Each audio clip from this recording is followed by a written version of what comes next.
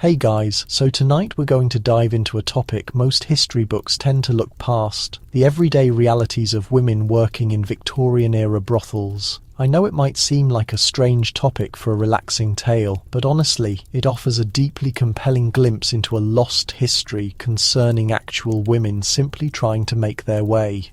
If you find these narratives calming, a simple like or subscribe would be truly wonderful. I'm always really interested to know where everyone is listening from, so feel free to share your location and the local time in the comments. It never fails to surprise me that people are drifting off to these stories across the whole globe. Alright, settle into your favourite spot. Let a slow, deliberate breath out, and just allow your body to become heavy on whatever surface you're resting on. We're about to travel back to the streets of Victorian London, and trust me, you'll definitely appreciate your own comfortable mattress when we finish. So imagine this. You've just opened your eyes in London, 1857, right at the peak of the Great Victorian Age. It's the early hours, maybe 5 or 6, and you are definitely not waking up in some luxurious canopied bed. You're on a mattress that feels a bit uneven, stuffed with horsehair, with only a thin wool blanket pulled over you. The sheets are far from fresh. They get cleaned once a week if you're lucky, and they carry a lingering smell of inexpensive lavender water that's not quite strong enough to fully cover the underlying mustiness. The air in the room is cold. Coal for the tiny fireplace is carefully rationed, especially during the early morning. The walls are covered in a faded pattern of floral wallpaper, peeling slightly near the corners where moisture has settled in. There's a persistent combination of smells that greets you: coal smoke from thousands of chimneys, the nearby River Thames with its distinct odour of silt and human waste, and something sweeter and more artificial, the cosmetics and perfumes that are necessary tools for the work done here. You are in a small room in the back of a house of pleasure in London's Haymarket district. It's not the absolute worst place, far from it, but it certainly isn't one of the elite high-end establishments either. You share this cramped space with one other woman. She's currently fast asleep in the adjacent narrow bed, her breathing deep and regular. As you shift slightly, you can feel the springs of your mattress whine beneath your weight. You stretch your feet, flexing your toes, noting the feeling of tension, followed by the pleasant wave of relief as you relax them again. That's a good feeling. Just pause for a minute before the demands of the day begin. Outside, London is already fully alive. You can hear the rhythmic clip-clop of carriage horses on the cobblestone streets, the rattle of wheels, and the first street vendors starting their morning cries. "Fresh bread!" a voice echoes clearly from a few blocks over. The sound bounces between the tall brick buildings. This is your current reality. Mary is the name they use for you here, although it is not the given name your family used. You have been in this specific house for nearly 2 years now, which grants you a certain status as a veteran. You've witnessed many girls come and go. Some moved on to more profitable houses. Others vanished back into the extreme poverty they had briefly escaped.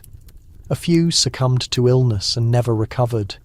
You slowly push yourself upright, allowing the blanket to fall to your waist. The wooden floorboards feel icy against your bare feet as you reach for the thick woolen shawl hanging from the bedpost and pull it snugly around your shoulders. That is much better. On the small table situated between the two beds rests a chipped ceramic basin and pitcher. The water inside has a thin, brittle layer of ice on the surface. Winter in London can be harsh. You shatter the ice with a finger. The shock of the cold water stings your skin as you splash it onto your face. The intense cold brings you fully awake, causing your breath to catch for a second before it returns to a steady rhythm. Now let's reflect on the path that brought you to this place, this room and this life, because the truth of it might be quite different from what you would assume. You were not stolen or sold into this profession as a child, although that did happen to some girls, especially the very youngest ones. You were not seduced and then abandoned by some wealthy gentleman, left alone, pregnant and destitute, though that too was a very common narrative. No, your personal journey was far more ordinary and, in many respects, more typical of how the majority of women ended up in this line of work. You were a skilled seamstress, quite talented, possessing agile fingers and an excellent eye for detail. But there were hundreds of others just like you in London, perhaps thousands, all desperately competing for the same meagerly paid employment. The British Quarterly once remarked that compared to the intense hardship of a dressmaker's apprenticeship, factory labour seemed like a mere pastime. And they spoke the truth. You would frequently work for 14, sometimes 16 hours a day, straining your sight in poor light, your fingers chapped and raw in the winter months. And all for what? Wages that bordered on starvation, barely sufficient to guarantee a roof over your head. You lean back against the wall now, appreciating the solid support behind you. Taking a slow, deep breath, you gently roll your shoulders, feeling a small measure of the tension dissipate. That's better now, easy and relaxed. You remember the pivotal moment clearly. It was the middle of winter 3 years earlier. You hadn't managed to eat for 2 full days. The small space you rented was completely unheated, and you could see your own breath condensing in the air as you frantically tried to complete a tailoring job that might, just might, earn enough cash for a week's rent. Your hands were so frozen you continuously pricked them with the needle, leaving tiny red spots of your own blood on the fine white linen. A friend you knew, Jane, came to visit you. You had once worked alongside her. She looked noticeably different, healthier, better nourished, and was wearing a warm wool dress that, while not considered high fashion by the upper classes, was both clean and well made. She brought actual food, hot food, a meat pie that was still steaming in its wrapping, and sat with you as you quickly devoured it, trying hard not to reveal the desperation you felt. "There's a place," she finally said. "A house not far from Haymarket. The proprietress is very strict, but she is fair. 2 hot meals daily and a comfortable bed. They do weekly medical checkups." She paused for a moment, observing your reaction. "You could earn in a single night what you earn in a week here, Mary, and you wouldn't be slowly destroying yourself with this work." She motioned toward the large stack of sewing you were labouring on. You couldn't reply immediately. You had been brought up properly in a religious household, but your parents were gone. Your brothers had scattered in search of work, and here you were, facing slow starvation. One tiny stitch at a time. The heavy memory settles over you, and you feel yourself naturally sinking a little further into the soft mattress. Your breathing gently slows down, in and out. Just like that, the entire house is beginning to wake up around you. You can hear heavy footsteps on the main staircase. That is most likely Mrs. Winters, the housekeeper. There is the distinct sound of coal being shovelled, a fire being lit in the downstairs parlour, the main area where the customers usually wait. The aroma of real coffee begins to drift up. Real coffee, not the cheap chicory substitute. This establishment prides itself on offering these small indulgences. Your roommate stirs slightly, murmuring something in her sleep before turning onto her side. Lily is the name she uses here. She is a few years your junior, perhaps 19 compared to your 24, with deep auburn hair that the gentlemen seem to particularly enjoy. She once shared with you that she came from a factory in Manchester. The constant noise of the looms had actually left her partially deaf in one ear. It is time to get up now, for real. You have established routines to adhere to, expectations you must fulfill. Mrs. Winters runs a very organised house, and lateness is simply not permitted. The Madam Mrs. Cartwright to her face, though the girls affectionately call her Carty when she isn't nearby, expects every girl downstairs and fully presentable by noon. The brothel operates on a very strict timetable. Mornings are generally reserved for bathing, cleaning, and necessary rest. Afternoons bring a few devoted regular clients, mostly businessmen taking extended lunch breaks. Evenings and nights are the peak hours, with the house often completely full until the earliest part of the morning. But right now, in this quiet morning interval, you move deliberately. You reach for the small tin on the nightstand and take out the tiny lump of beeswax inside, warming it slowly between your palms. You then smoothly apply it over your chapped lips, a small sign of luxury. Mrs. Cartwright strongly insists that the girls maintain their appearance. "You are selling a fantasy, girls," she often reminds them. "Gentlemen are not interested in seeing the grim reality of a working woman's existence." You find yourself nodding gently at the thought. It is sound advice, really. Most of the men who come here are not looking for reality. They crave fantasy, escape, something vastly different from their respectable wives and homes, something that makes them feel important or powerful or simply seen for who they are. Standing up, you stretch completely, reaching your arms towards the low ceiling, feeling the satisfying pull in your muscles. Your nightdress, a simple cotton garment, nothing like the lacy silk confections you wear for work, falls around your ankles as you move toward the small wardrobe. During the daytime, when you are not entertaining guests, you wear ordinary clothes, a plain dress, practical shoes. Nothing that would single you out from any other working-class woman on the streets of London. This discretion is essential. While houses of prostitution themselves are not technically illegal, public solicitation is a crime. The police generally leave well-established houses alone, particularly those that pay the required bribes. However, prudence is still absolutely necessary. You choose a dark blue dress, slightly faded but carefully mended, and lay it across the bed. Getting dressed now is a much slower ritual than it will be later, when you might have to change in a hurry between clients. Now you can enjoy the comforting routine of the process. Stockings first, followed by a petticoat, then the corset, which you lace up loosely during the day, just enough to give structure. As you dress, your thoughts turn to the coming day. Tuesdays are typically slow. There might be a few familiar regulars in the afternoon.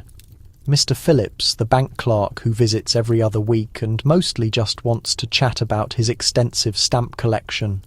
Or perhaps the shy young man who calls himself Smith and never stays for more than 15 minutes.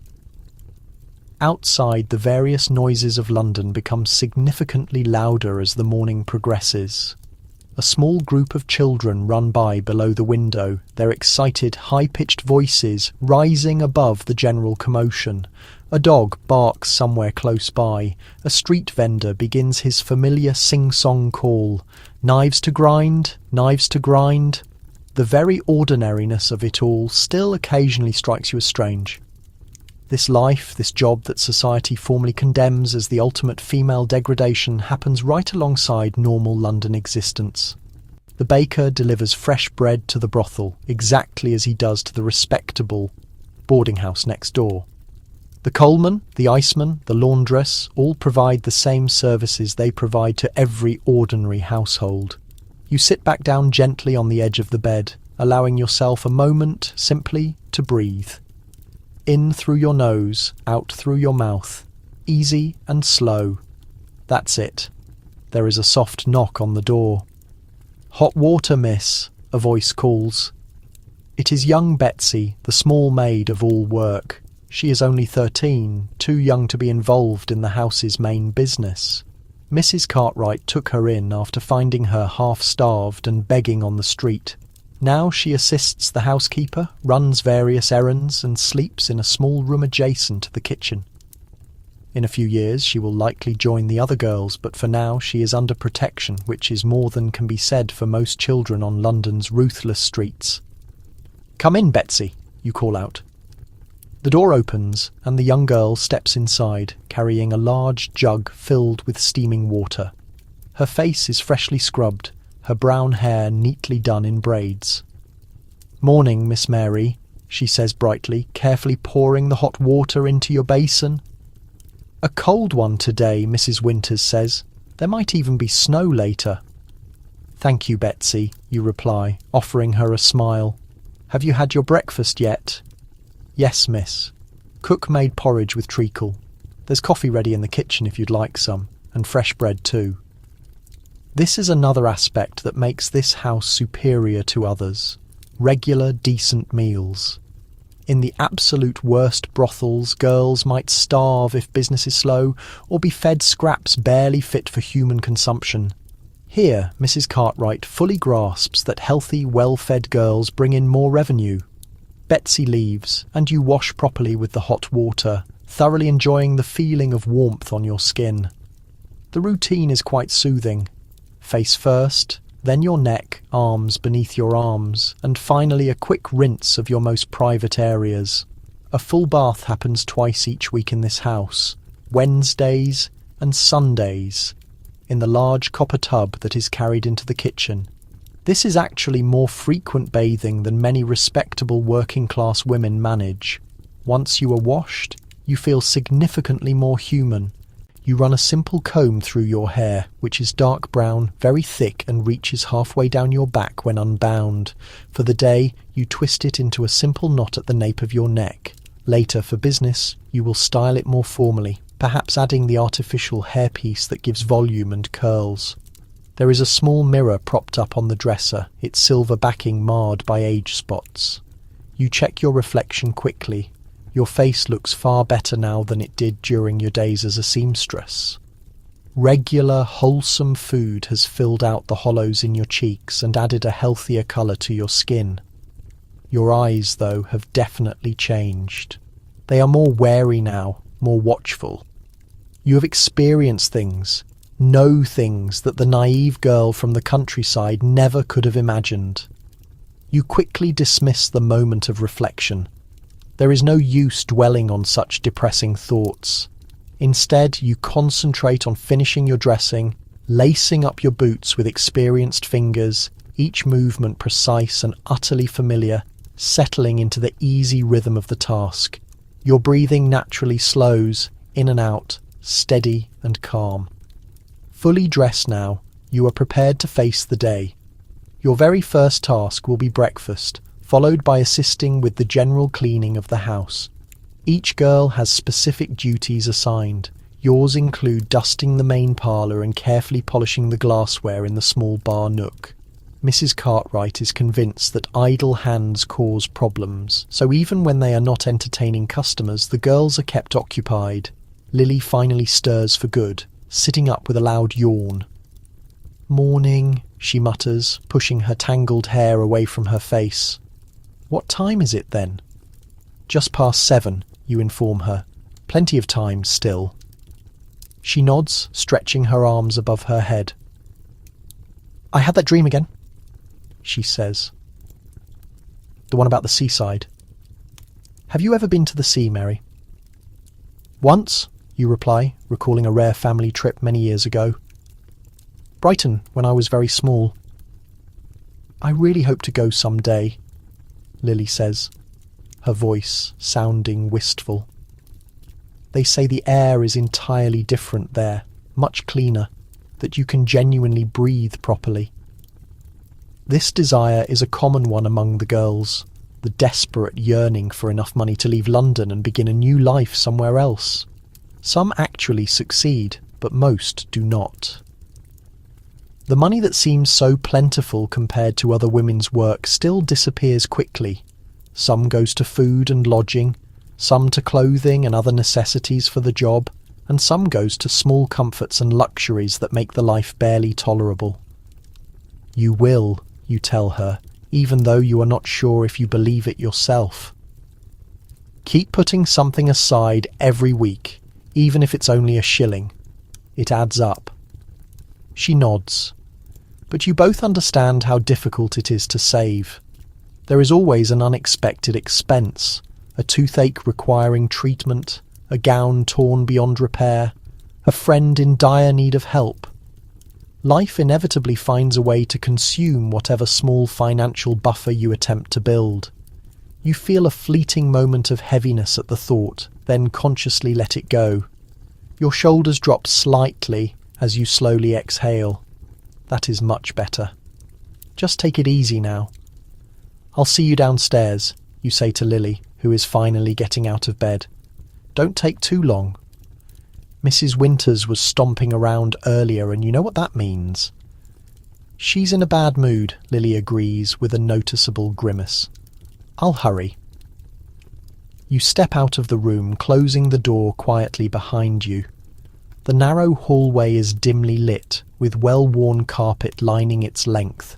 There are 4 additional bedrooms on this floor, all configured similarly to yours. Downstairs are the public areas, the parlour where customers are received, a small dining space, the kitchen and the servants' quarters situated at the back. The most comfortable bedroom, reserved exclusively for Mrs. Cartwright's personal use, is on the ground floor, enabling her to keep a close eye on all comings and goings.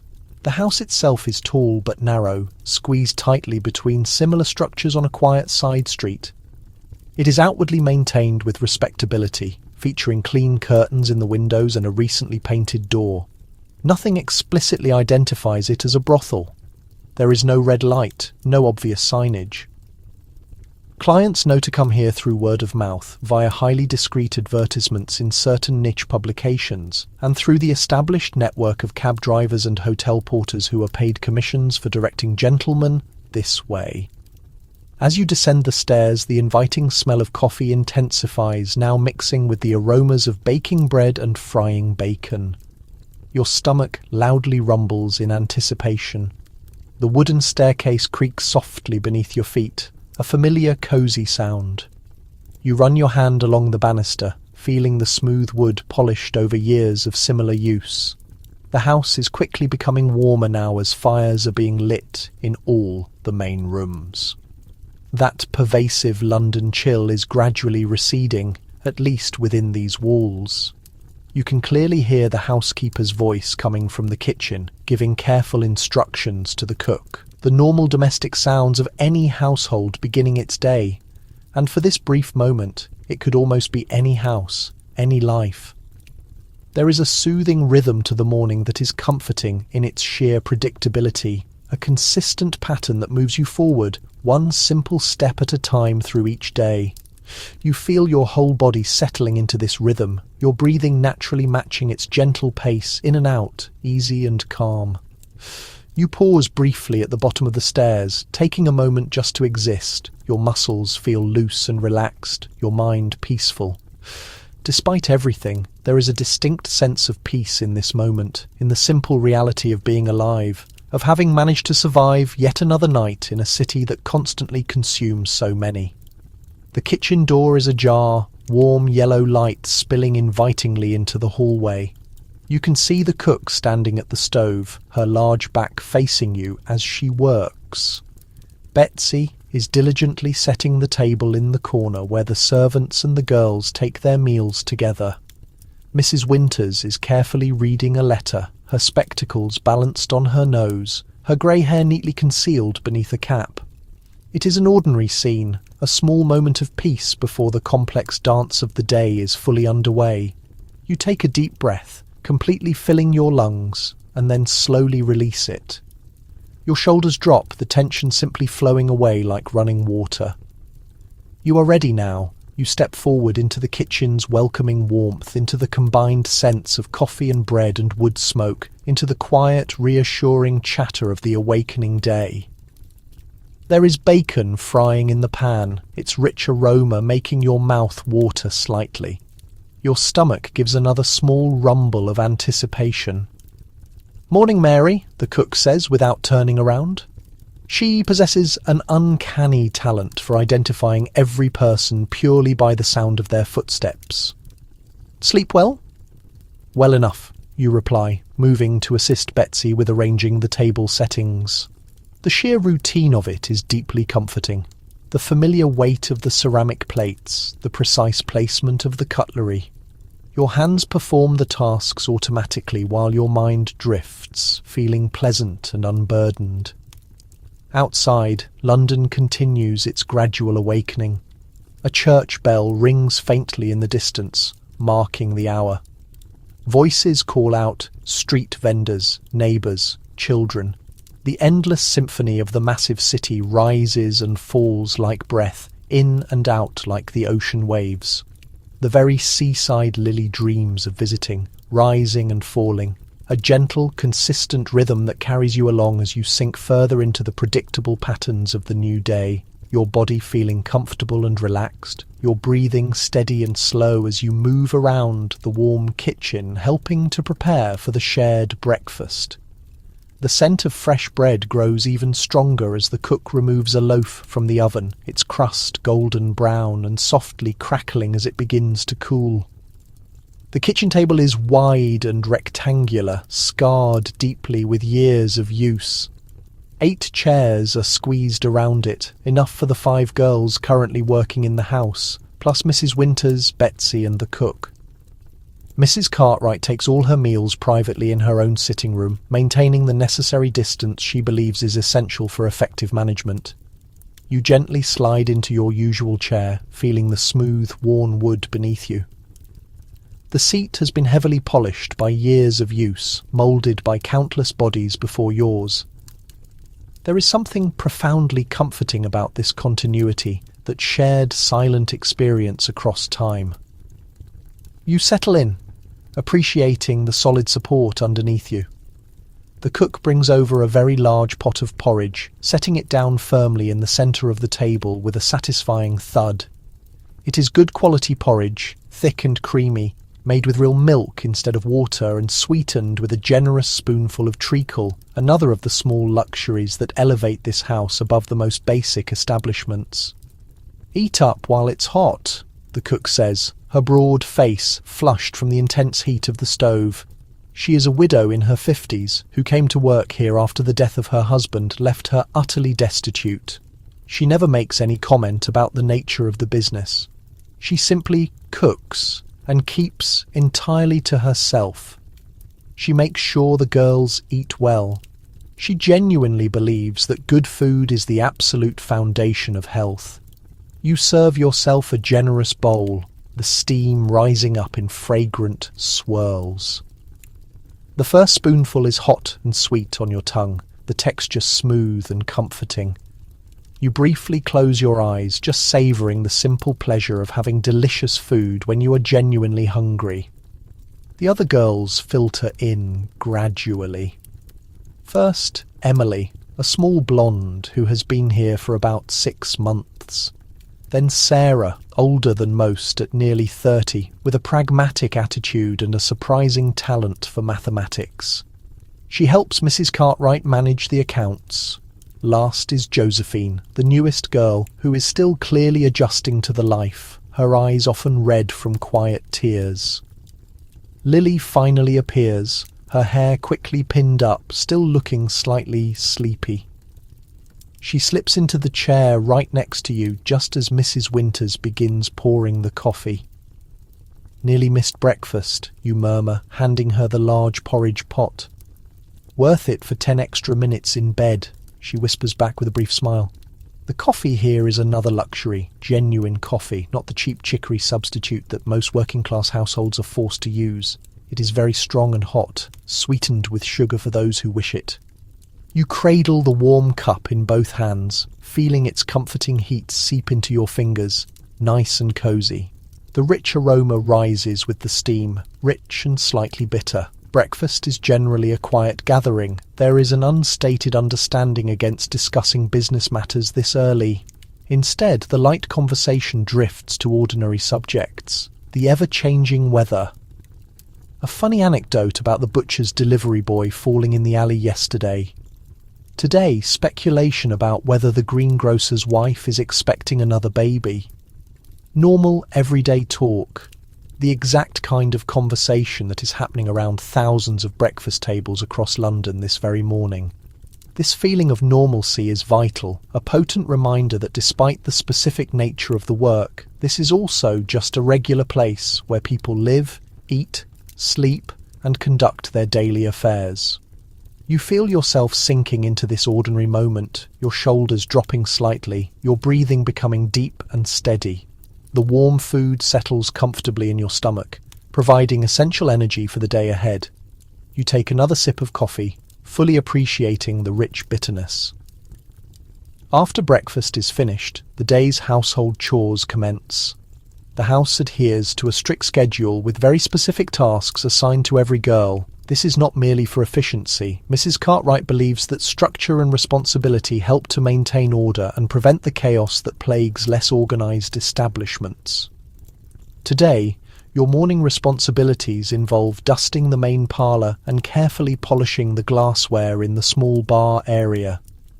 These are simple, repetitive tasks that allow your mind to wander easily while your hands remain occupied.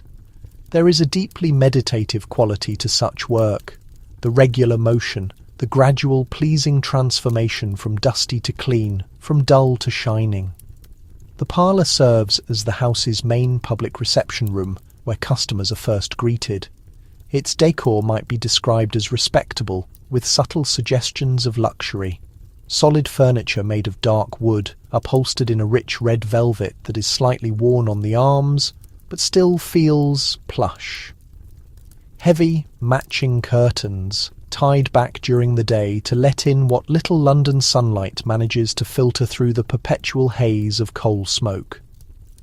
A few carefully selected paintings adorning the walls. Mostly landscapes, with one mildly suggestive classical scene featuring draped nymphs. Nothing too overtly obvious, nothing that would immediately confirm this as a brothel. To a casual visitor, it appears deliberate. Maintaining a facade of respectability offers protection for everyone. If a police officer were to enter, there would be nothing instantly incriminating to observe. Just a private residence with several young women in current residence. Suspicious, perhaps, but not definitively illegal. You start your dusting, moving methodically around the entire room.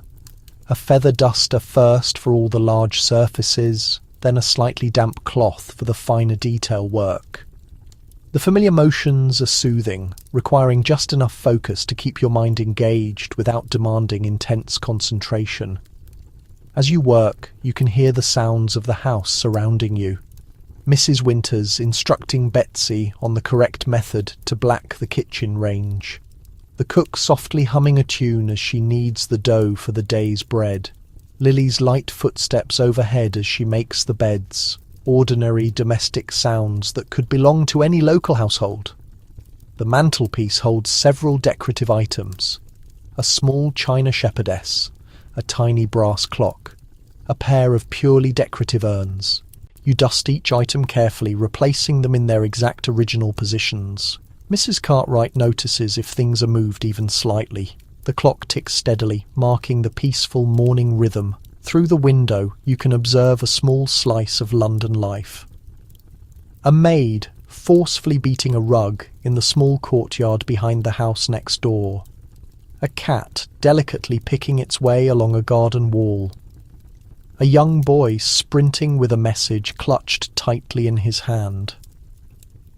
You move over to the small bar cabinet in the corner of the room. It is not elaborate, just a cabinet containing various glasses and a few bottles of spirits. Most customers are routinely offered a small glass of brandy or sherry upon their initial arrival.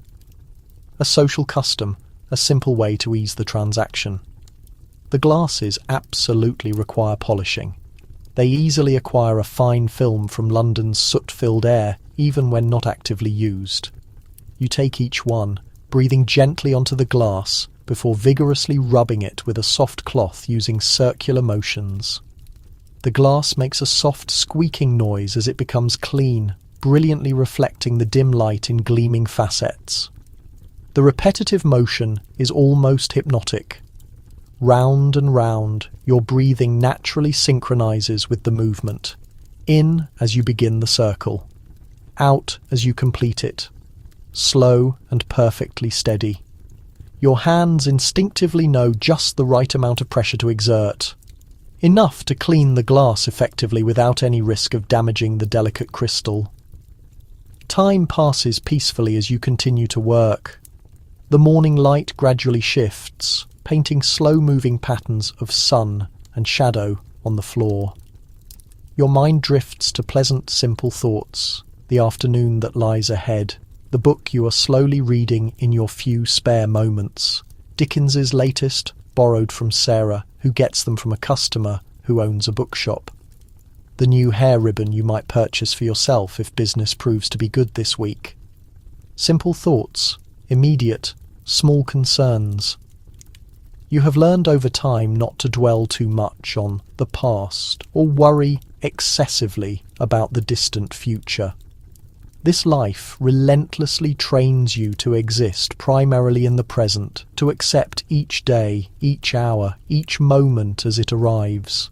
The distinct sound of the front door forcefully opening and closing brings you back to full awareness. Heavy footsteps echoing in the hallway, a man's measured tread, then Mrs. Cartwright's voice, noticeably pitched lower than she uses with the girls. Her tone is professional, yet warmly welcoming. "Good morning, Doctor. Thank you so much for coming so promptly." It is Wednesday, the day for medical examinations. Every week the doctor visits the house to check the girls for any sign of illness. It is one of Mrs. Cartwright's most critical rules and one of the primary reasons her establishment maintains its high reputation. In many brothels, disease runs completely rampant, with truly devastating results for both the women and their clients. Here, any girl exhibiting symptoms is instantly removed from work and provided with necessary treatment. Though costly in the present, this ensures the enterprise's lasting future. You finish shining the last wine glass, placing it precisely on the shelf. The physician's arrival signals a shift in the daily pattern. The examinations will occupy most of the morning, taking place in Mrs. Cartwright's private sitting room, temporarily set up as a consultation area. Each girl will be seen alone. The findings recorded in a slender ledger that Mrs. Cartwright keeps locked in her desk. You carry the polishing cloth back to the kitchen, where Mrs. Winters is now watching Betsy prepare vegetables. Carrots and onions are being chopped for the midday stew, their sharp, earthy aroma blending with the sweet, yeasty scent of bread dough rising. The parlour is complete, you inform Mrs. Winters. "Should I assist here until the doctor calls for me?" She glances up from observing Betsy's knife skills. There is no need. He is seeing Josephine first, then Lily. You have time to do your own washing if you wish. Personal laundry is handled individually, each girl responsible for her intimate garments. The house laundress only attends to the sheets, towels and larger pieces. So once a week, typically on Wednesdays prior to bathing, you clean your personal articles, the cloths used for monthly periods, underclothing and stockings. You retrieve your basket from the small closet beside the kitchen and take it through to the scullery at the back of the house. It is cooler here, with a flagstone floor and a large basin. You work the pump, drawing cold water into a copper tub, then add a kettle of hot water from the stove to remove the extreme chill. The physical labour of washing is gratifying. The steady rhythm of hands moving in water, the transformation from dirty to clean. You proceed systematically, rubbing soap into the cloth, working it with your fingers, rinsing completely. The water becomes murky, tiny soap bubbles reflecting light in delicate rainbow hues. This quiet, routine task offers time for reflection. The doctor's visit always encourages thought. It acts as a reminder of the hazards of this existence, the illnesses that can ravage a woman's body, leading to suffering, deformity, and eventual death. You have witnessed it happen to others. A chronic cough that worsens instead of improving, suspicious marks that do not heal, the definite symptoms that indicate a girl will soon depart the house, usually to one of the charity hospitals if she's fortunate, or to suffer privately if she's not. So far, you have been lucky, careful. Mrs. Cartwright insists on certain safeguards with all patrons. Not perfect, but better than nothing. And the weekly checks catch issues early, when treatment is still possible. Still, you know this good fortune cannot last forever. Few women survive more than a few years in this line of work without contracting something. It is a gamble, balancing the certainty of hunger in more respectable employment against the risk of illness in this one. You twist the final item, a cotton chemise, wringing it forcefully to squeeze out the excess water. The muscles in your forearms tighten with the movement, a pleasant sensation of competence and strength. Your hands, despite the constant use of harsh soap and water, remain relatively smooth and soft, another prerequisite of the job. Clients do not wish to feel rough, calloused hands on their skin. Carrying the damp, washed clothes, you proceed out to the small courtyard behind the kitchen. A line for hanging clothes runs from the building to a post near the wall, and you hang your items carefully, using wooden pegs to secure them against the gentle air movement. The air is chilly but dry. Good weather for drying if the threatened snow holds off. The yard is small, just a rectangular area of paving stones, with a few struggling potted plants. But it is open to the sky, and after the confinement of the house you pause briefly, just to breathe the outside air. It is not fresh by any country standard. London's air is constantly polluted with smoke and mist, but it is crisper and cleaner than indoors. You tip your head back, feeling the weak winter light on your skin, a rare moment of simple physical pleasure, demanding nothing of you, just the feeling of light, life, and air. Your breathing naturally deepens, your chest expanding more fully. That feels good, just claiming a moment for yourself. The back door opens, and Lily looks out. The doctor is almost finished with me. "You are next," she says, then, noticing your upward gaze. "Anything interesting up there in the heavens?" You smile, looking down. Just the usual pale sun, clouds, freedom. She exhales softly, understanding the mild joke. "Well, come inside, before you become too cold." Mrs. Winters is warming water for tea, and Cook has baked those currant buns you like. The promise of warm food and drink is appealing after the cold courtyard. You follow Lily inside, feeling the warmth of the kitchen envelop you like an embrace. The contrast makes your skin tingle pleasantly as circulation returns to your chilled fingers. The kitchen is the central hub of the house, the warmest space where everyone tends to gather in their free time. Now, with midday approaching, it is busy with food preparation. Cook stands at the large table, rolling out dough for a meat pie, her strong arms dusted with flour to the elbows. Mrs. Winters sits in the corner chair that is unofficially hers, mending a stocking with tiny, precise stitches. Betsy moves between them, fetching, carrying, learning through observation and direct instruction. You accept a mug of tea from Lily, wrapping your hands around its warmth. The steam rises, carrying the fragrant, slightly bitter scent. You blow gently across the surface, watching the ripples spread in perfect circles. Something reassuring about that. Simple physics, action and reaction, cause and effect, predictable in an unstable world. "How was it?" you ask Lily quietly, referring to the checkup. She shrugs. "The same as always, cold hands, a few questions, a note in the ledger. All clear." She pauses, then adds in an even quieter tone, "Josephine was not, though. I overheard Mrs. Cartwright telling her she is on rest for at least a week, medicine 3 times a day." You nod, not surprised. "Josephine has appeared sickly lately, with dark circles under her eyes and a persistent cough. Nothing severe yet, probably just the start of something treatable, but a grim reminder of the constant threat hanging over all of you." A bell rings from the front of the house, Mrs. Cartwright summoning the next girl for the examination. "That is you," Lily says, taking a bite of her currant bun. "Do not fret. He is in a decent mood today, barely prodded at all." You set down your tea with a slight sound of regret. Regret it was just reaching the perfect drinking temperature. But the doctor cannot be kept waiting. His time is valuable, his skills in demand across several similar establishments. Moving through the house toward Mrs. Cartwright's sitting room, you smooth your dress and tidy your hair automatically. Professional habits ingrained after 2 years. Always present yourself neatly, even for something as purely medical as an examination. The sitting room has been rearranged for the doctor's visit.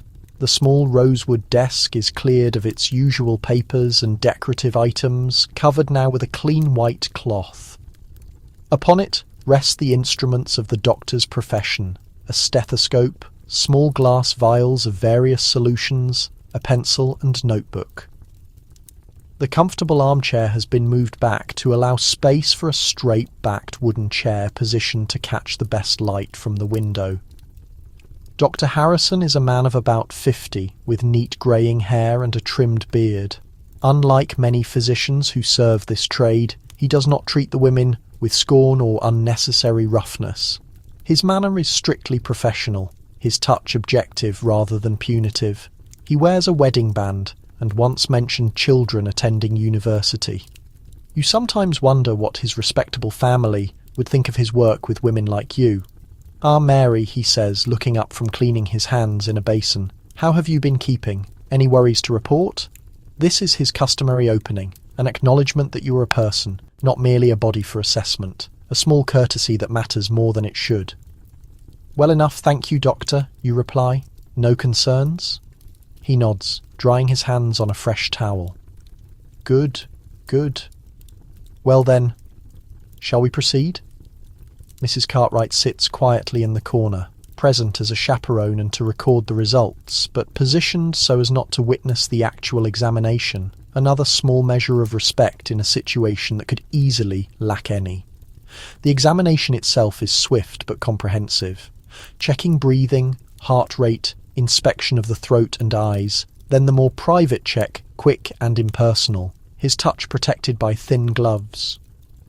You have learned to distance yourself during this part, to think of other things. The book waiting in your room, the taste of the currant bun you will have when this is over, the feeling of sunlight on your skin in the yard. All appears to be in order, he says, finally stepping back and removing his gloves. Continue as you are. He makes an entry in his book, then nods to Mrs. Cartwright, who stands and guides you to the door in the hallway. "Send Sarah in next, please," she murmurs before returning to the room. The examination leaves you feeling somewhat empty, as it always does, not because of any pain or discomfort, there was none, but because of the reduction of yourself to a series of bodily processes to be monitored and judged. Necessary, yes, for your own health as much as anyone else's, but still there is a hollowness that follows. You return to the kitchen, deliver the message to Sarah, and pick up your cooling tea. The solid mug feels good in your hands, anchoring you back in your body after the clinical detachment. You take a long drink, then reach for one of the currant buns. It is still slightly warm. The currants are plump and sweet against the plain background of the dough. The clock in the hall chimes 12 noon.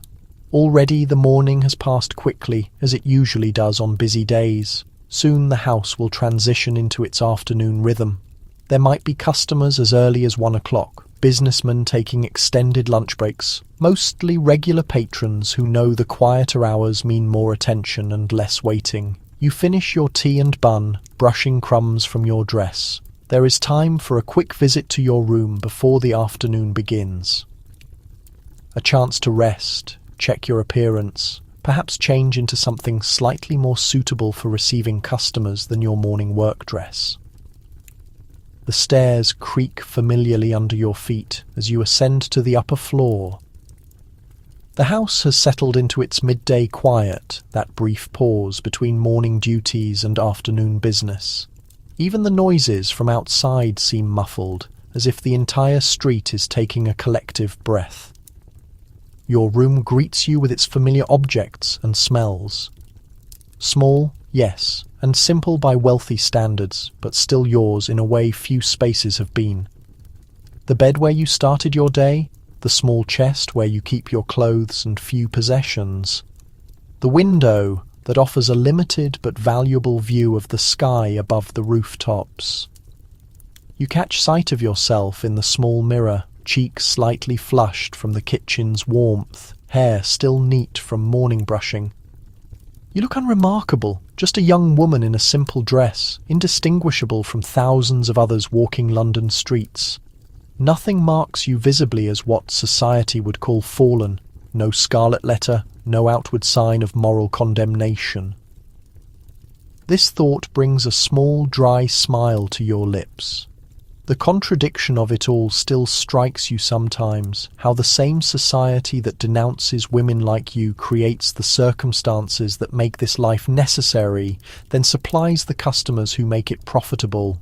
But philosophical thinking will not get you through the afternoon. You open the chest, considering what to wear. Not the finest things. Those are reserved for evening when the wealthier customers arrive, but something a step above the plain work dress. You choose a blue dress, with slightly more fashionable lines, made of cotton rather than wool, with a hint of lace at the neckline, respectable enough not to cause alarm, attractive enough to tempt. Changing is fast. You are skilled at dressing and undressing efficiently. The fresh dress feels good against your skin, the fabric lighter than the sturdy work dress. You check your hair, adding a few pins where needed, and pinch your cheeks gently to bring colour to them. No cosmetics yet. Those, too, are saved for evening. Daytime customers expect a more natural appearance, in keeping with the pretense that this is somehow a spontaneous meeting rather than a business transaction. Ready now. You sit on the edge of the bed for a moment, just breathing slowly and deeply, in through your nose, out through your mouth, preparing yourself mentally for the shift from private person to professional. The separation between the two is vital, a protective border that helps preserve some inner core of self amidst the demands of the work.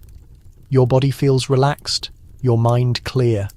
The bed supports you comfortably as you sit, your weight sinking slightly into the mattress.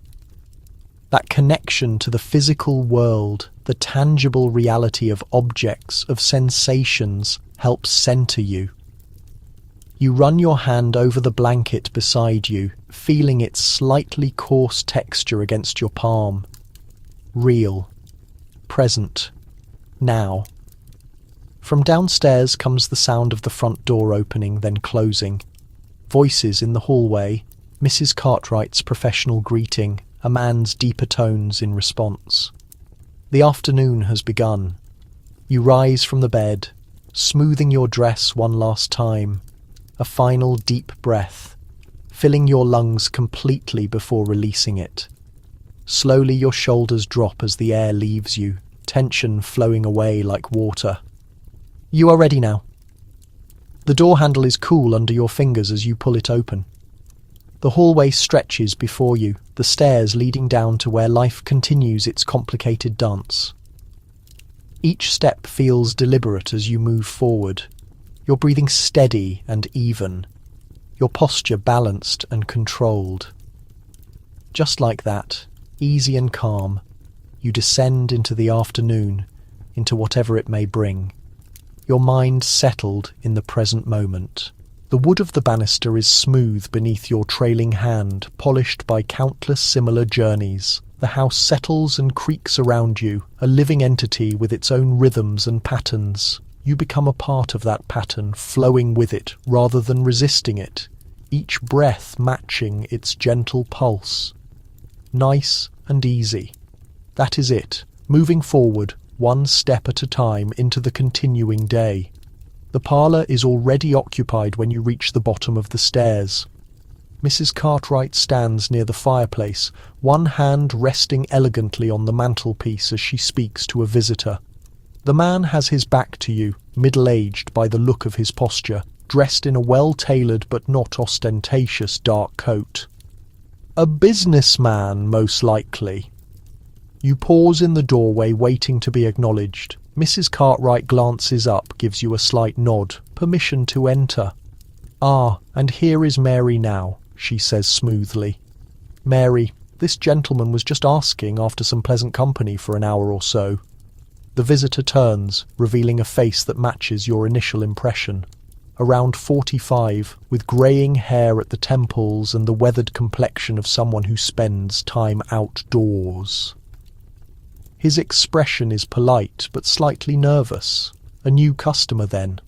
"How do you do, sir?" you say, dropping a small curtsy, not too low, just enough to show good manners.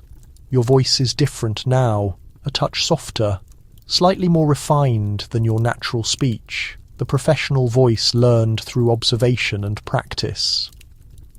"Charles Wilson," he introduces himself, bowing slightly in return. Probably not his real name. Many customers use aliases, but that hardly matters. "Would you care for some refreshment, Mr. Wilson?" Mrs. Cartwright asks, gesturing toward the small bar you polished earlier. "A glass of sherry, perhaps, or brandy if you prefer. It is part of the ritual." This offer of a drink creates the illusion of a social visit rather than a commercial transaction. Most men accept using the time to assess the women and settle their nerves. "Sherry would be most welcome," he says, and Mrs. Cartwright moves to pour it, her movements graceful and sure. You take the opportunity to study him more closely. His clothes are of good quality, but show signs of wear. A businessman doing well enough, but not extravagantly so. His hands reveal more, slightly roughened, with clean but trimmed nails. Someone who works with his hands sometimes, despite the business attire. A merchant, perhaps, or a shop owner who still helps with stock. Mrs. Cartwright hands him the glass of amber liquid, then excuses herself with practiced discretion. "I will leave you two to become acquainted. The blue room is available when you are ready." And with that, she slips from the parlour, closing the door softly behind her. Now it is just the two of you, standing a few feet apart in the quiet room. The fire crackles gently in the grate, casting shifting patterns of light across the walls. Outside you can hear the muffled sounds of London. A cart passing, voices calling, the distant whistle of a train. "Please sit down," you say, gesturing to one of the armchairs by the fire. "Make yourself comfortable." He does, perching somewhat stiffly on the edge of the seat, nervous. Then you take the chair opposite, arranging your skirts with a practiced motion. Not too close, giving him space, not appearing too eager. The dance has its steps, its rhythm. "Is this your first visit to Mrs. Cartwright's establishment?" you ask, though you already know the answer. He takes a sip of sherry before responding. "Is that obvious?" You smile just slightly. "Not at all. I simply have not had the pleasure of your company before, and I know all our regular visitors."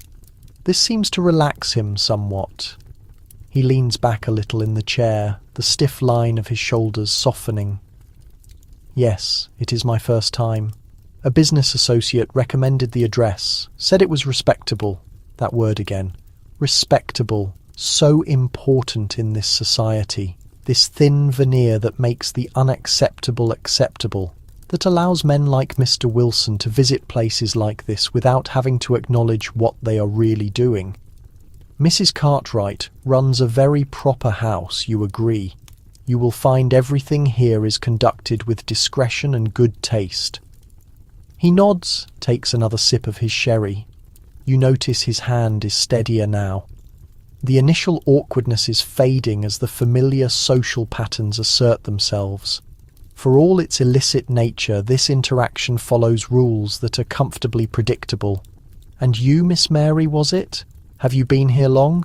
It is a common question, part simple curiosity, part assessment of your experience level, part attempt to make this feel like normal conversation. "Nearly 2 years," you answer, the truth. In this case, no need for embellishment. The conversation continues in this vein for several minutes. Light, impersonal subjects. The weather, the recent exhibition at the Crystal Palace. A vague discussion of his business as an importer of tea and spices. Nothing too personal, nothing too revealing. Just enough to establish a minimal connection to ease the transition from strangers to what comes next. You observe him as he speaks, noting the details that will help you provide what he is seeking. His manner is restrained but not cold. His gaze meets yours steadily, without the furtive quality some men have. He seems lonely, perhaps a widower, or a man whose wife has been long ill. Someone seeking not just physical release, but human warmth. As he finishes his sherry, you sense the moment has come. The preliminary conversation has served its purpose. Now the real business must be addressed. "Would you care to continue our conversation somewhere more private, Mr. Wilson?" You ask, your voice gentle. He sets down his empty glass, nods. "Yes, I believe I would." You rise from your chair, feeling the smooth muscle movement in your legs. the slight adjustment as you find your balance. The fire has warmed the room nicely and your body feels loose and comfortable. You extend your hand to him, not a demand, just an offer. This way, then. He takes your hand briefly as he stands, then releases it. You lead him from the parlour, through the hallway and up the stairs. The blue room is on the first floor, a designated room for daytime visitors that is not any girl's personal space. It is simply decorated but comfortable with a large bed, a washstand and a small chest of drawers containing the necessary supplies. The transaction itself is unremarkable. Mr. Wilson is polite, not rough, grateful for the warmth and attention. He stays for the full hour he has paid for, though the physical act takes only a small portion of that time. The rest is spent in quiet conversation, his head resting on your shoulder, your hand stroking his hair gently. This, too, is part of what he has purchased, the illusion of intimacy, of being cared for. When the time is up, Mrs. Cartwright has a clock that chimes in the hallway, eliminating the need for awkward reminders. He dresses, quickly, but not hurriedly. There is a dignity in his movements, an attempt to maintain propriety even in this most improper of situations. "Thank you," he says simply as he prepares to leave. He presses a small additional coin into your hand, a tip, a token of appreciation. "You have been very kind. It was my pleasure," you respond, the professional phrase coming automatically. But in this case, it was not entirely untrue. As customers go, Mr. Wilson was considerate, clean, and uncomplicated. In this life, that counts as a good encounter. You show him to the stairs, where Mrs. Winters appears, as if by magic, to escort him the rest of the way down. The housekeeper will see him out discreetly, ensuring he does not encounter anyone coming in. Maintaining the illusion of privacy and exclusivity is important for the house's reputation. Once he is gone, you return to the blue room. Now comes the part of the job that customers never see, the cleaning up, the preparation for the next visitor. You strip the used sheet from the bed, efficiently bundling it for the laundry. From the chest, you take a fresh one, shaking it out with a practiced flick before smoothing it over the mattress. The pillowcases change too, the used one added to the laundry pile. At the washstand, you clean yourself thoroughly with the clean cloth and water provided. This is important not just for hygiene, but for your own sense of separation between encounters. Each customer remains distinct, each interaction contained. There is a certain ritual to it that helps maintain boundaries. The used water is emptied into the slop bucket beneath the stand to be cleared later by Betsy. You refill the basin from the large pitcher, making sure everything is ready for the next use. The towels are straightened, the small cake of soap repositioned on its dish. Finally, you check your appearance in the mirror hanging over the chest. Your hair is slightly messed. You fix it with a few deft movements of your fingers. Your dress has a small wrinkle where Mr. Wilson gripped it. You smooth this away with your palm. Your face looks back at you, unchanged. The same eyes, the same mouth. Still you. This moment of quiet after a customer leaves is oddly peaceful. A pause between acts, a breath between words. You allow yourself to simply stand there for a moment, feeling the solid floorboards beneath your feet, listening to the house's small sounds, the ticking of the clock, the distant clatter from the kitchen, the muffled voices from downstairs. Your breathing falls into a natural rhythm, in through your nose, out through your mouth. Your shoulders drop slightly as tension releases. This, too, is part of the work, learning to let go, to not carry one encounter into the next. Easy now. That is it. The hallway clock strikes 3, the afternoon advancing. You gather the bundle of used linens and leave the blue room, pulling the door closed behind you. The laundry goes down the back stairs to the scullery, where it joins the growing pile for the laundress who comes tomorrow. In the kitchen, you find Lily and Emily sitting at the table, sharing a pot of tea. They look up as you enter. "Wilson," Lily asks, pushing a clean cup toward you. New one, is he not? You nod, pouring yourself some tea.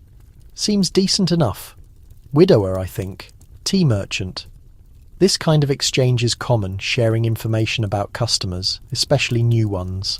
It is partly gossip, partly practical. Knowing what to expect from each visitor makes the work easier, safer, better than my afternoon, Emily says with a wry grimace. Old Mr. Peterson again, same as always, wants to talk about his collection of snuff boxes for 45 minutes. Then 5 minutes of the most mechanical, well, you know, and always smelling of those awful lozenges he sucks. You smile sympathetically, settling into a chair with your tea. The sturdy wooden seat feels good beneath you, supporting your weight after standing. At least he is quick about that part. Small mercies, Emily agrees with a rueful laugh. This camaraderie is one of the unexpected benefits of the life. There is a solidarity among the women here, a shared understanding that creates bonds despite the competitive nature of the work. You can speak freely with each other in a way that would be impossible with outsiders. No need to explain, to justify, to defend. Just acceptance of the reality you all share. The kitchen is warm and comforting after the cooler blue room. Cook is preparing vegetables for the evening meal, the rhythmic sound of her knife against the cutting board, creating a soothing background to the conversation.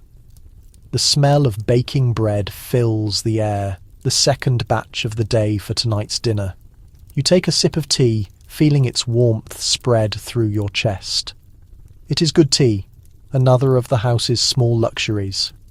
Mrs. Cartwright understands that well-fed, comfortable girls earn more and create fewer problems. The food here is plain, but plentiful, the small comforts sufficient to create loyalty. Anyone else booked for this afternoon? You ask, reaching for a slice of the seed cake that sits on a plate in the centre of the table. Lily shakes her head. Quiet day. Sarah had someone earlier, and Josephine is still resting after what the doctor said. Mrs. Cartwright is in her office doing the accounts. A quiet afternoon is no bad thing. The real business happens in the evenings anyway, when the regular customers come after their offices close, or the occasional gentleman seeks entertainment after an evening at his club. Afternoons are often slower, more unpredictable. You break off a small piece of the seed cake, appreciating its dense, slightly sweet texture. Cook has a way with these simple foods. Nothing fancy, but well made with good ingredients. The caraway seeds add a distinctive flavour, aromatic and slightly spicy. I might go out for a bit then, you say after finishing your cake. Need to get some hairpins and writing paper. Anyone want anything from the shops? Running small errands during quiet periods is allowed, even encouraged. Mrs. Cartwright believes that fresh air is beneficial and that occasional glimpses of normal life help keep the girls content with their situation. As long as you are back well before the evening begins, there is no objection. Both Lily and Emily decline the offer of shopping. So, after finishing your tea, you head upstairs to get your shawl and purse. The small leather purse contains your personal money, tips from customers, the small weekly allowance Mrs. Cartwright provides beyond room and board.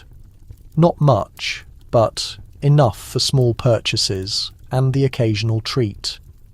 Your shawl is wool, dark blue and warm, if somewhat plain, nothing that would mark you out as different from any other working woman doing her shopping. You wrap it around your shoulders, feeling its familiar weight settle comfortably. The wool is slightly scratchy against your neck, but in a pleasant way, grounding you in physical sensation. The streets outside are busy with afternoon activity. Delivery carts rumble over the cobblestones. Servants run errands for their employers. Street vendors call their wares. You join this flow of humanity, anonymous in your plain dress and shawl. No one looking at you would guess your profession. You are just another young woman going about her business. There is freedom in this anonymity, in these brief excursions into ordinary life, the simple pleasure of walking at your own pace, choosing your own direction. Your muscles work smoothly as you navigate the uneven pavement, your breathing deepening naturally with the exercise. The cool air feels good on your face after the enclosed warmth of the house. The haberdashery is your first stop, a small shop tucked between a greengrocer and a bookbinder. The bell above the door jingles as you enter, and the proprietress looks up from her work, her spectacles perched on the end of her nose. "Afternoon, miss," she says, neutral but not unfriendly.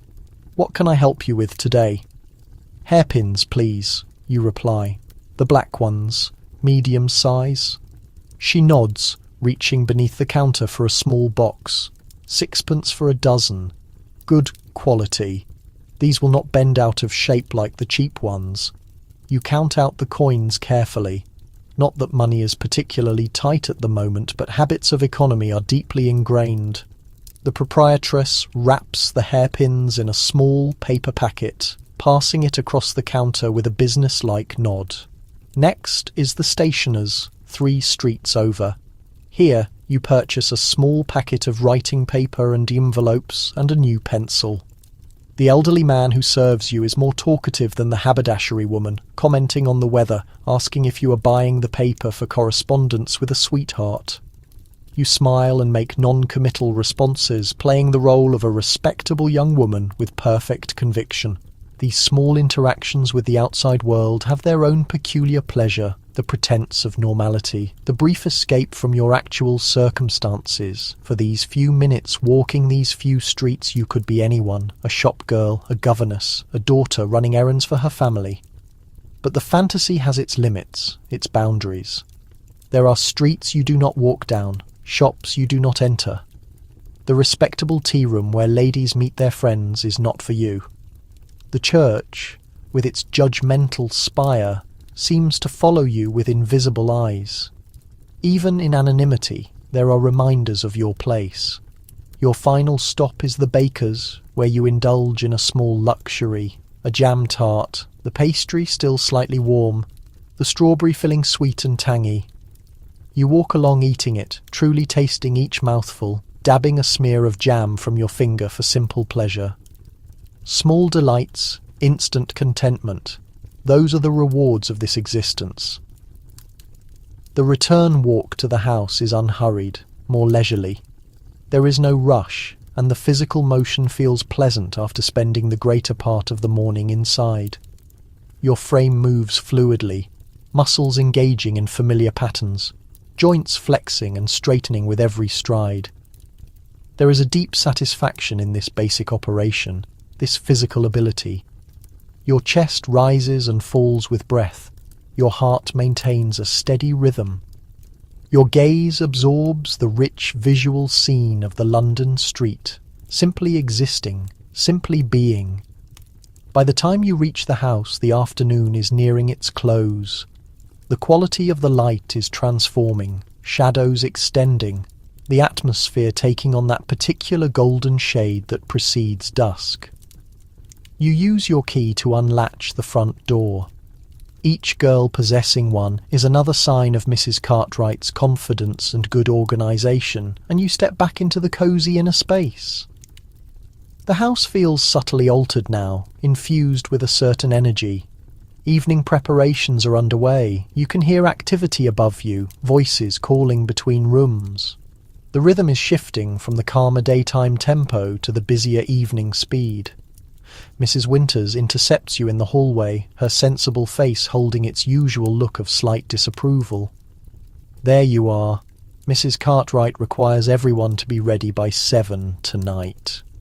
We've had several notifications. It might be a demanding evening. You nod, already revising your mental schedule. I'll start getting prepared then. Has cook indicated when dinner will be? 5:30, early tonight, because of the pre-arranged appointments. She glances at the small packages in your hand. You obtained what you needed, did you? Yes, thank you. You present the paper packet of hairpins as proof. She nods, satisfied, and continues toward the kitchen, her keys chiming softly at her hip. Mrs. Winters does not dislike you personally. She is equitable in her manner, but her position necessitates a degree of strictness, a detachment from the girls whose work she assists but does not share. Upstairs, the feeling is one of purposeful effort. Doors stand open along the corridor, the girls moving in and out of rooms, borrowing items, exchanging dressing tips. Evening readiness is both solitary and shared, each woman responsible for her presentation, yet all assisting one another with the tasks that are hard to do alone. Entering your room, you find Lily already partly changed into her evening attire, struggling with the row of buttons down the back of her green silk gown. You put down your shopping and step over to assist her, your fingers deftly managing the tiny fabric-covered buttons. "Thanks," she says with relief. "Thought I would get a head start since Mrs. Winters suggested it could be busy." "Good thinking." You secure the final button and step back to examine the look. The green suits you well, highlights your eyes. She turns to study herself in the small mirror, smoothing her auburn hair, which is already set in an elaborate style with borrowed additions for volume. "Do you really think so? Not too flashy? Not completely sophisticated, but noticeable? Perfect." This exchange of flattery and reassurance is yet another part of the preparation routine. The evening clothes are a sort of uniform, a costume for the role you will all take on later. Lighter, more intricate than what is worn during the day, more revealing in some aspects, though still within certain limits of decency. Mrs. Cartwright does not permit the vulgar styles seen in less respectable establishments. No intense reds or heavy makeup here. Lily departs to complete her dressing elsewhere, and you start your own transformation, beginning with a wash more thorough than the quick clean-up after Mr. Wilson. The water in the basin is cool now, but invigorating as you splash it across your face and neck. Then you use a cloth for the rest of your body. The chill raises goosebumps on your skin, a not unwelcome sensation of being fully alive. From the trunk you retrieve your own evening clothes, a gown of deep blue silk, slightly faded but still tasteful. The shade works well with your dark hair and eyes, the cut complementing your shape without being overtly suggestive. It is one of 3 such dresses you own, worn in careful rotation to prolong their life. Quality garments are an investment in this business. They attract a superior type of client, command greater fees. Dressing is a systematic process. Fresh underclothing first, the fine cotton chemise and drawers that represent another small luxury, so different from the coarse materials of your sewing days. Then the corset, which you can fasten at the front before turning it around and pulling the laces tight. Not too tight, you need to breathe easily, move freely, but enough to achieve the fashionable silhouette. The petticoats follow, adding fullness to the skirt of the blue dress, which is put on last, settling over the foundation garments like the final layer of a complicated dessert. There is a gratification in this assembly, this creation of an image. The physical sensations ground you. The slight restriction of the corset around your waist, the gentle sweep of the petticoats against your legs, the sleek, cool feel of silk against your arms. Next is your hair. You undo the simple knot of the daytime, brushing out the dark waves until they gleam. The newly bought hairpins are immediately put to use as you create a more elaborate style, not as intricate as a lady's maid might manage, but neat and becoming, with soft curls framing your face and the bulk secured at the back of your head. A light application of cosmetics completes the shift. Nothing obvious. Mrs. Cartwright insists on a natural look. Just a bit of rice powder to refine the skin tone. A touch of rouge for the cheeks and lips, carefully blended to prevent an artificial appearance. The result is subtle but effective. A slight enhancement of your natural features. A fresh, healthy glow. The final element is fragrance. Not heavy perfume, but a delicate lavender water dabbed onto pulse points. Wrists, behind the ears, the soft spot at your throat.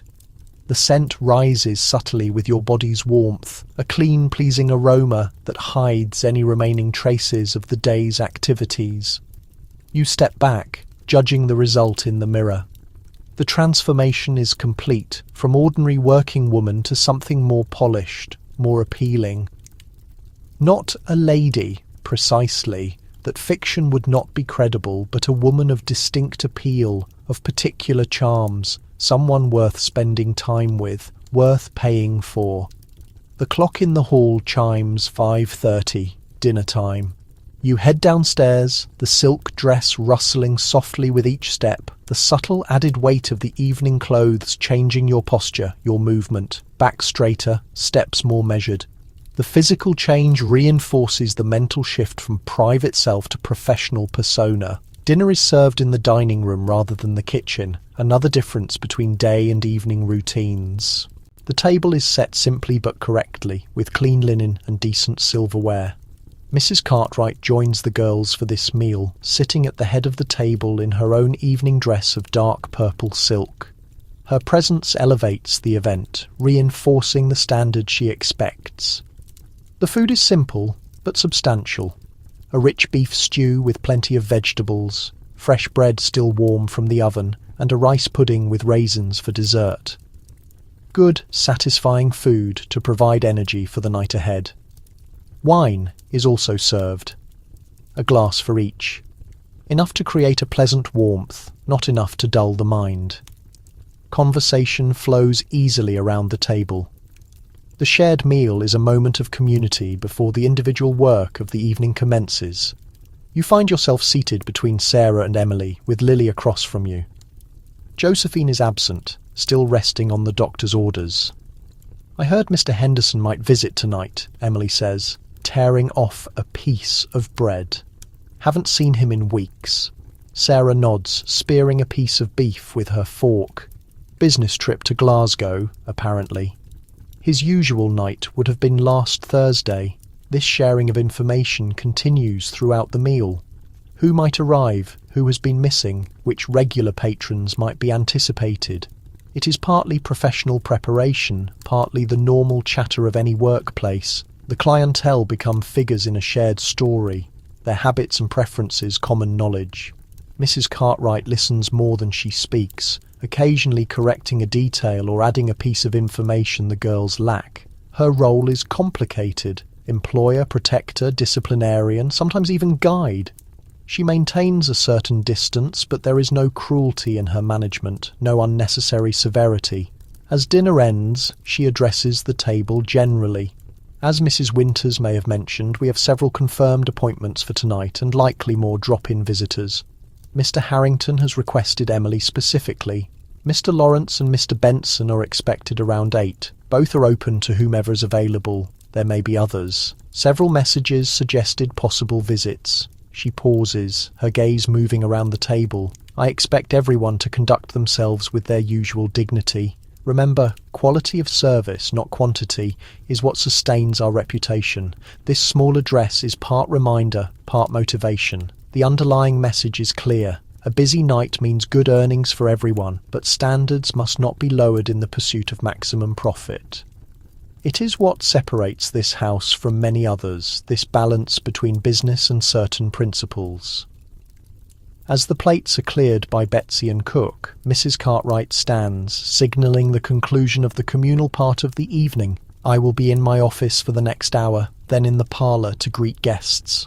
Good evening, ladies. With that, she leaves, her purple silk rustling impressively as she departs. The girls remain at the table a few moments longer, finishing their wine, extending this last period of relative calm before work truly starts. You sip the last of your wine, savouring its fruity warmth as it goes down. Your body feels relaxed, well-fed, ready for what lies ahead. The chair supports you comfortably. The dining room's warmth surrounds you like an embrace. This moment of stillness before the evening's activity has its own distinct quality. Your breathing is deep and regular, your mind calm and present. Just this moment, just this experience, that is all. Gradually the girls disperse, returning to their rooms for final touches, to the parlour to arrange things just so, to the kitchen for a last cup of tea before the night begins. You remain seated for a moment longer, enjoying this small space of calm amidst the quickening rhythm of the house. Finally, you too rise, feeling the slight weight of the silk dress settle around you as you stand. Your muscles move smoothly. Your balance adjusts automatically. The physical sensations anchor you in your body, in the present moment. You straighten your shoulders, lift your chin slightly, ready now. The evening stretches ahead, its exact contours still unknown. There will be clients, some familiar, some new.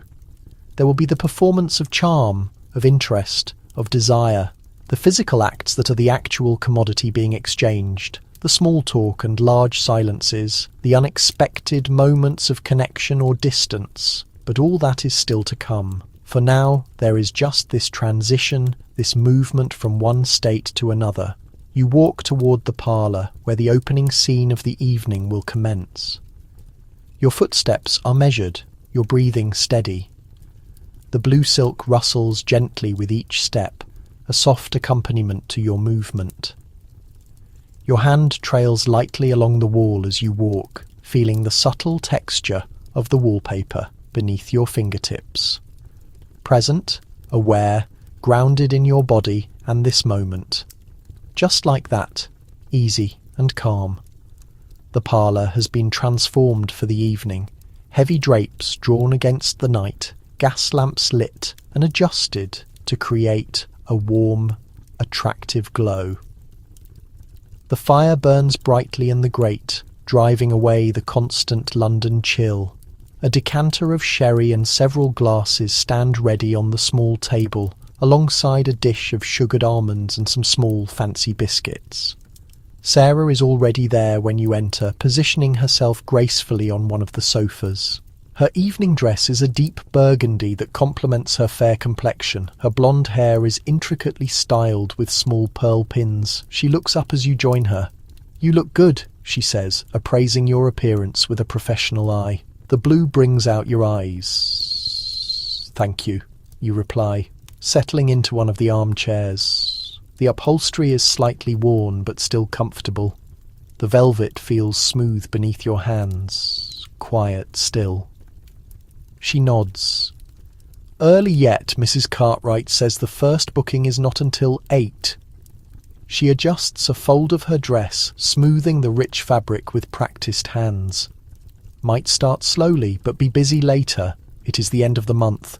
Gentlemen have just been paid." This practical comment reminds you of Sarah's background. She worked as a clerk in a draper's shop before entering this life, and still possesses a knack for figures and business trends. It is why Mrs. Cartwright trusts her with the account books. Sometimes the conversation shifts to everyday matters as you both wait. A new shop that has opened nearby. Speculation about whether Cook's persistent cough requires medical attention, whether the coal delivery will arrive tomorrow as promised. Normal concerns, domestic issues, the kind of talk that might happen in any household. Gradually, the parlour fills as the other girls join you. Emily in pale green silk that contrasts beautifully with her dark curls. Lily in her rich emerald that highlights her auburn hair and fair skin. Even Josephine makes an appearance, though she is under strict instructions not to entertain tonight, just to sit in the parlour for company and conversation, building relationships that might lead to future business. Mrs. Winters brings in tea, another part of the evening ritual. Unlike the plain pottery mugs used during the day, the evening tea is served in proper china cups, thin enough that the lamplight shines through them when raised. The tea itself is the same, but the presentation elevates it. It creates the atmosphere of refinement that Mrs. Cartwright demands. You take your cup, feeling its delicate weight in your hand, the warmth penetrating the fine porcelain to your fingers. The rim is smooth against your lips as you sip, the familiar taste both comforting and stimulating. The ritual of it, The careful holding, the measured drinking helps settle you into the evening's mindset, each small movement deliberate, controlled, conscious. The conversation ebbs and flows around you, a pleasant backdrop to your own thoughts. Your body feels relaxed, but alert, ready for the evening's work, but not tense or anxious. The corset provides gentle support, the silk dress a pleasant sensation against your skin. You are aware of your posture, maintaining the elegant line that has been trained into you over these 2 years. Back straight but not stiff, shoulders back, chin slightly raised. The hallway clock strikes 8, its chime echoing through the house. Almost simultaneously, there is a knock at the front door, the first client of the evening arriving. Mrs. Cartwright appears in the parlour doorway, her purple silk rustling impressively as she moves. "Emily, Mr. Harrington has arrived. He has requested you specifically." Emily sets down her teacup with a small nod, rises gracefully and follows Mrs. Cartwright out. The transaction will occur in the madam's private office, money exchanged, specific requests noted, limits established. Then, Emily will escort Mr. Harrington upstairs to her room. Not the blue room of daytime visitors, but her own personal space prepared for evening clients with fresh linens and extra touches of luxury. A small vase of flowers, a bottle of cologne, perhaps a few drops of scented oil in the lamp to subtly perfume the air. The remaining women continue their quiet conversation, but there is a shift in energy now. The evening has officially begun. Any minute the door might knock again, bringing another client, another assignment. Sure enough, barely 10 minutes pass before the knock comes again. This time it is Sarah who is summoned. A regular client, Mr. Lawrence, who visits every other Tuesday with reliable punctuality. Lily leans toward you after Sarah leaves, her voice low. "I heard from Cook that there is a new gentleman expected tonight, apparently quite wealthy. A banker, or some such." Mrs. Cartwright was very particular about making sure the best sherry was out. This kind of information is valuable. Knowing what to expect, being able to prepare the right strategy. Different clients want different things, and it is not always about the physical act. Some want discussion, some want empathy, some want admiration. Determining what each man truly seeks beyond the obvious is a key skill in this profession. "Did she say anything else about him?" you ask, equally quietly.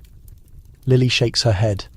"Just that he is new to the house, but came with a recommendation from someone Mrs. Cartwright trusts." The conversation is broken by another knock. This time, it is your name that Mrs. Cartwright calls. You set down your teacup, smooth your skirts, and rise with practiced poise.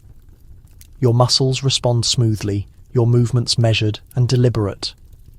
As you cross to the door, you are aware of the slight swing of your skirts, the subtle shifting of the silk against your petticoats, each step grounded, balanced. In the hallway, Mrs. Cartwright waits with a gentleman you do not recognise. He is tall, perhaps in his late 30s, with the well-fed look of affluence and the confident bearing of someone accustomed to authority. His clothes are excellent quality, not showy, but expensively tailored with the understated elegance that speaks of genuine wealth rather than mere ambition. "Mary, this is Mr. Hamilton," Mrs. Cartwright says smoothly. "Mr. Hamilton, may I present Mary, one of our most capable young ladies?" You curtsy slightly, offering your hand with a small smile. "A pleasure to meet you, Mr. Hamilton." He takes your hand briefly, his grip firm but not aggressive. His eyes, grey and sharp, appraise you with clear appreciation but without the overtly suggestive quality some men display. "The pleasure is mine, I am sure." Mrs. Cartwright makes a small gesture toward her office. "If you will just step this way for a moment, Mr. Hamilton, to settle the business details." "Mary, perhaps you could wait in the parlour. This is standard procedure. The financial arrangements are never discussed in front of the girls."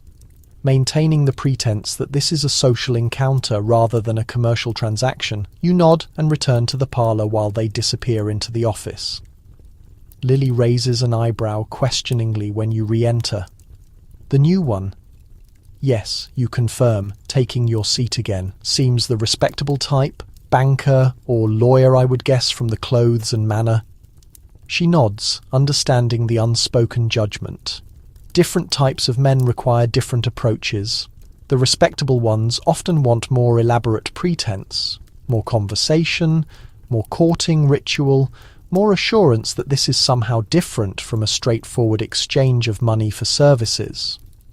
Within a few minutes, Mrs. Cartwright returns to the parlour, Mr. Hamilton at her side. "Mary, perhaps you would be so kind as to show Mr. Hamilton to your room. I believe you will find you have much in common to discuss." This is her way of conveying the specific requests. The emphasis on discuss suggests he has paid for conversation as well as physical service, not unusual among the more educated clientele. You rise again, moving toward him with a warm smile. "Would you care for some sherry first, Mr. Hamilton, or shall we go directly upstairs?" "I believe I would enjoy a glass," he replies, his accent confirming your guess about his social position. Educated but not aristocratic. Upper middle class, probably. You pour 2 small glasses from the decanter, handing one to him with a practiced movement that allows your fingers to graze against his. A small, calculated closeness that establishes the first physical connection. His response, a slight smile, a moment of held eye contact, tells you he is not uncomfortable with such gestures. The conversation begins with easy topics. The unseasonably cold weather, a recent concert at the Albert Hall that he attended, a neutral observation about the increasing traffic in London streets. You listen attentively, responding with just enough knowledge and insight to be interesting without challenging his self-image as the more worldly and informed party. It is a familiar dance, this conversation leading without appearing to lead, creating a space where he can feel interesting and valued. Your body language supports the impression, leaning slightly forward to indicate interest, maintaining eye contact, offering small smiles at appropriate moments. All calculated, all practiced, yet executed with enough genuine attention to seem natural. When his glass is empty, you set your own down, still half full. You never drink much while working and stand. "Shall we continue our conversation somewhere more comfortable, Mr. Hamilton?" He nods, rising as well. "Lead the way, my dear. Your room is on the 2nd floor at the back of the house. It's small, but thoughtfully arranged to create an impression of intimacy and comfort. The bed, larger and more elaborate than the one you actually sleep in, dominates the space, made up with clean linens and several pillows. A small fireplace holds a modest fire, enough to take the chill from the air. The washstand is equipped with a fresh pitcher of water, clean towels, and a bar of good soap. A screen in the corner provides a semblance of privacy for undressing. The gas lamp is turned low, creating a gentle, flattering light that softens imperfections and creates an atmosphere of warmth. A small vase of hothouse flowers, an extravagance, but one that Mrs. Cartwright considers worthwhile for evening clients, adds a touch of colour and scent. Mr. Hamilton looks around with approval. "Charming," he comments. "Quite charming." "Thank you," you reply, closing the door softly behind you. "Please make yourself comfortable." What follows is the standard sequence of such encounters. More conversation growing gradually more personal. The slow shift from talking to touching, the negotiation, unspoken but clear, of what will and will not happen. The physical act itself performed with professional skill and apparent enthusiasm. Mr. Hamilton proves to be a considerate partner, not rough or demanding, mindful of mutual pleasure even in this purchased intimacy. When it is over, he does not immediately withdraw but lingers, an arm draped casually across your waist as you lie beside him in the rumpled bed. "You are very good at what you do," he says after a while, his voice thoughtful rather than suggestive. "Thank you," you reply simply. There is no point in false modesty or elaborate denials. You are good at this work, having learned its skills as diligently as you once learned sewing. "How did you come to be here?" he asks, his tone curious but not judgmental. "If you do not mind my asking, you seem different from what I expected." This question is not unusual from new clients. They want to hear a story, usually one that confirms their preconceptions or satisfies some particular narrative they find appealing. The seduced innocent, the fallen lady, the secretly passionate woman who could not be contained by conventional society. You could invent such a tale easily enough, but something about his manner, genuinely interested rather than pruriently curious, inclines you toward a version closer to truth. I was a seamstress, you tell him. Your voice, matter of fact. The pay was not enough to live on. Not really. 16 hours a day, eyes straining in bad light, fingers bleeding in winter, and still never quite enough for rent and food. You pause, feeling the memory's distant echo. This pays better. The hours are shorter, the conditions more comfortable. He is silent for a moment, his expression thoughtful. A rational economic decision, then. Yes, you agree, though not one society views rationally. This small philosophical exchange seems to interest him. He props himself up on one elbow, looking at you with increased attention. Do you find that paradoxical? That what is essentially a market transaction is viewed with such moral condemnation? The conversation continues in this unexpected direction, a genuine discussion of economics, morality, and gender politics. It is refreshing in its way, this treatment as a thinking being rather than merely a body. Your mind engages with the ideas, your responses revealing more of your intelligence than you typically display to customers. Eventually, the hallway clock chimes the hour, a reminder that the purchase time is coming to an end. Mr. Hamilton sighs, then smiles ruefully. I have spent more time talking than I intended, he says, beginning to gather his scattered clothes. Yet I find I don't regret it at all. And you, honestly, feel the same way. It was a uniquely pleasant meeting, one that wasn't physically taxing and felt genuinely engaging to the mind. You are welcome to come back whenever you like. The standard parting words are spoken with more sincerity than usual. He truly seems like he could become a valued patron. Respectful, clean, interesting to talk to, and clearly wealthy enough to visit often.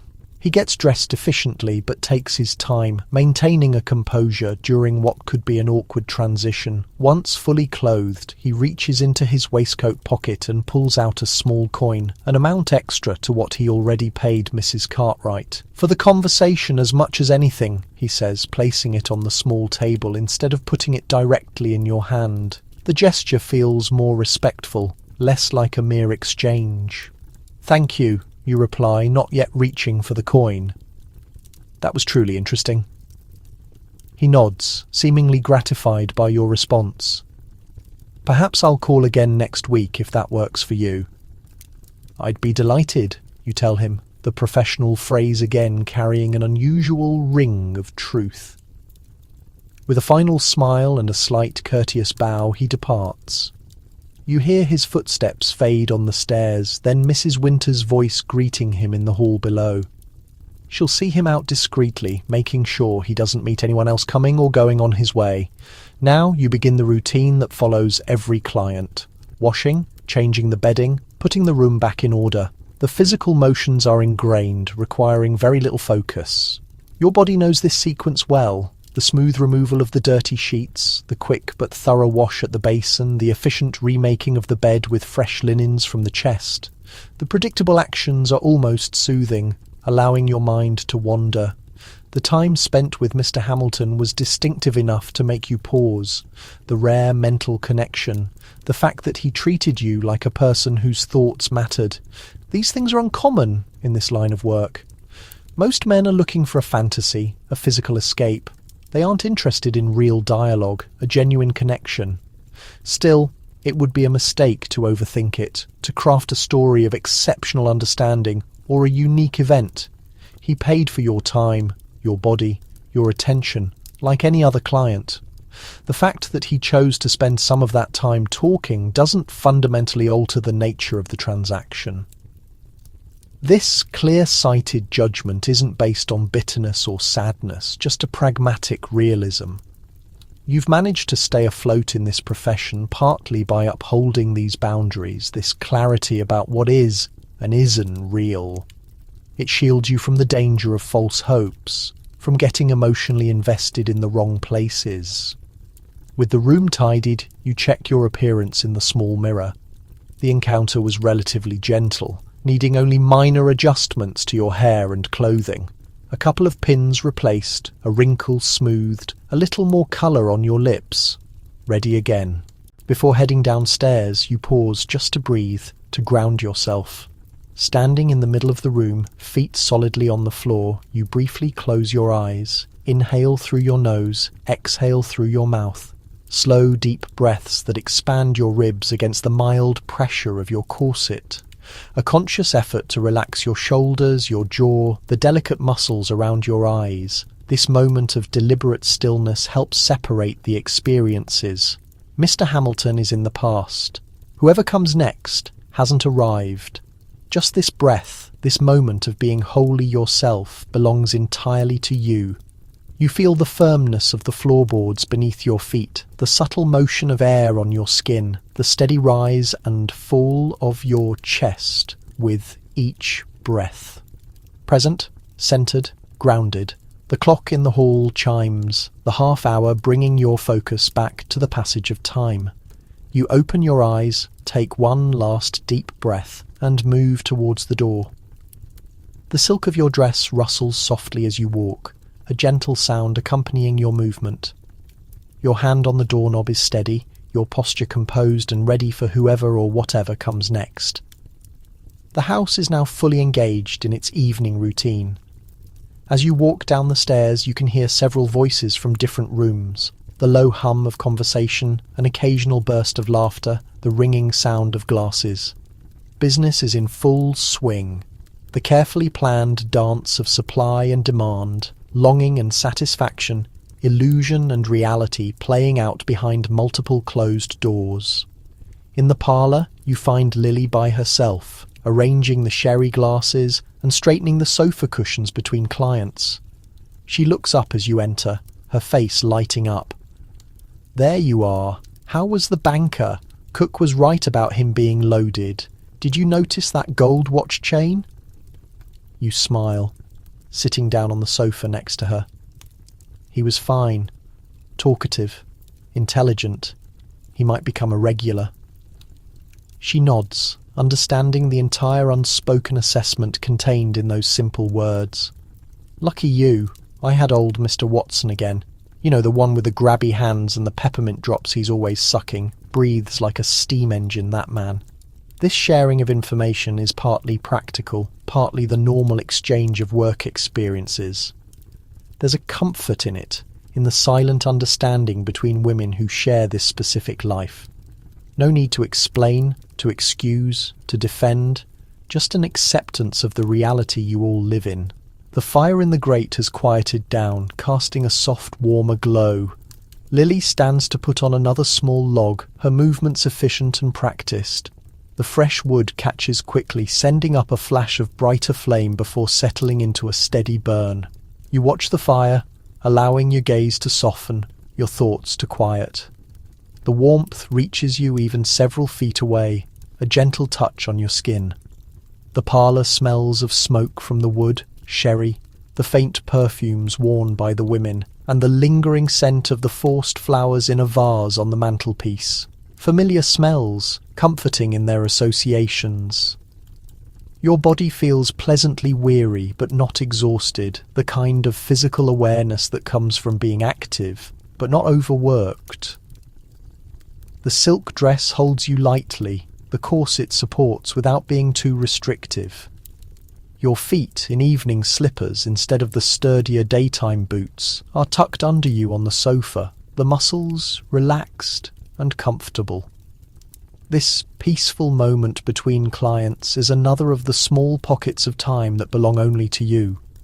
Not required to perform, to engage, to respond to anyone else's needs or desires. Just existing. Just being. In the warm room with its gentle light and familiar scents, your breathing naturally slows, deepens, in and out, easy and calm. Lily settles back beside you, her own posture just as relaxed. Quiet for late November, she observes. The weather, maybe? That rain earlier was something. You nod, glancing towards the heavily curtained window where the sound of raindrops can still occasionally be heard hitting the glass. Probably, though it might pick up later. Theatre crowds and such. This practical analysis of business conditions is another element of the professional mindset, understanding the routines, the outside factors that influence your work. Weather, payday schedules, big city events all impact the flow of customers, the potential earnings. The conversation shifts to other things. A new dress Emily is getting made, discussion about whether Josephine will get better fast or need an extended rest. Cook's plans for Sunday dinner. Ordinary talk, household matters, the kind of conversation that might happen in any house where women live together. Time passes in this peaceful break, marked by the gentle ticking of the clock and the gradual settling of the fire. Your muscles feel loose and comfortable, your mind calm and undisturbed. Just this moment, just this feeling of warmth and quiet company.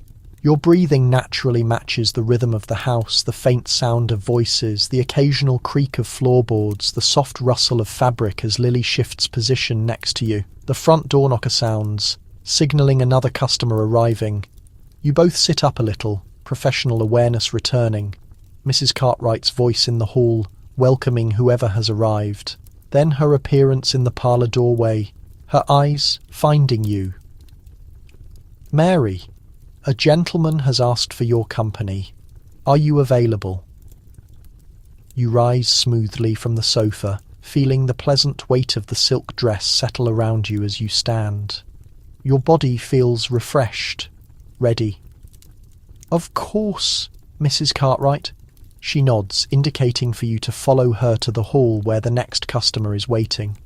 As you move, you are aware of the precise balance of your steps, the gentle swing of your skirts, the deep, steady rhythm of your breathing. Centered, grounded, present in your body. In this moment, you are prepared for whatever comes next, moving with calm purpose into the ongoing evening. The evening continues its steady pace, one client after another, in the carefully managed rhythm of the house. Some faces are known, some new, some meetings brief and uncomplicated, others more challenging. Through it all, you maintain your professional facade, attentive, charming, seemingly thrilled by each man's company, regardless of how you truly feel. By 11 o'clock, there's a natural pause. The early evening customers have left. The later ones, those coming from theatres or gentlemen's clubs, haven't yet shown up. The house settles into a brief quiet period, the women gathering in the kitchen for a small meal and a refreshing cup of tea. The kitchen at this time has a unique appeal. The main cooking for the day is done, but the large stove still radiates comforting heat. The air smells of fresh bread and the beef stew from dinner, with hints of soap from the washing up and the ever-present coal smoke that pervades all of London. Cook has gone to bed. Her day begins earliest, but she's left out bread, cheese, cold cuts, and a fruit tart for the women to help themselves. You sink gratefully into a chair at the kitchen table, feeling the solid wood supporting your weight. The evening's activity has made you tired but not worn out, your body aware of its work but not strained beyond comfort. The chair cradles you, allowing your muscles to release some of their controlled tension. That's good. Just letting yourself unwind a little. Emily's already seated, her plate holding a modest portion of bread and cheese. Her green silk dress is slightly wrinkled now, her carefully styled hair starting to come loose from its pins. The evening's work is visible in these small details, these slow chipping away of the flawless image created hours earlier. Busy night? You ask, reaching for a plate. She nods, swallowing a piece of cheese. 4 already, and Mrs. Cartwright says there might be a group coming later, some men from a club dinner. Lily enters as Emily is speaking, catching the last words. I heard the same. Private dining room at the George. Supposedly 6 or 8 men at least, if they all come. This news brings a mix of feelings. More customers means more money, but also more work when you're already feeling the effects of the evening. Still, that's what you're here for. The purpose of this life, you realise. You select some bread, cheese, and a slice of cold beef, arranging them neatly on your plate. The simple food is appealing after the evening's demands. Substantial, satisfying, no need for pretense or performance while eating it. Sarah joins you, bringing the teapot from where it was keeping warm at the edge of the stove. The familiar ritual of pouring follows, the hot, amber liquid filling the cups, the offer of milk or sugar, the appreciative first sip. The tea is strong and sweet, restorative after hours of professional smiles and measured charm. The conversation around the table is easy, relaxed. No one has much energy for detailed discussion or big topics. Instead, there are small observations, minor grievances, the exchange of quick stories about the evening's clients. It's comfortable, this shared understanding, this common experience that requires no explanation or defence. You feel yourself unwinding further in this peaceful interlude. The tea's warmth spreads through your chest. The food satisfies your hunger. The familiar company soothes your social self. Your breathing deepens naturally. Your shoulders drop, slumping slightly as the tension continues to fade. Just easy now. That's it. Too soon the break ends.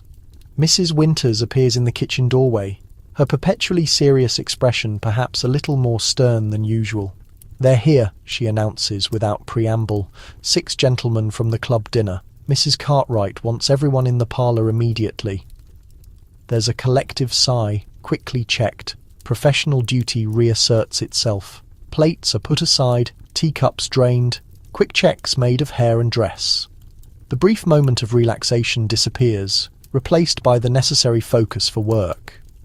In the parlour, Mrs. Cartwright is already entertaining the new arrivals. 6 men are present, ranging in age from perhaps 30 to 60, all in evening wear that shows evidence of a long dinner. Slightly loosened ties, waistcoats bearing small stains of wine or food.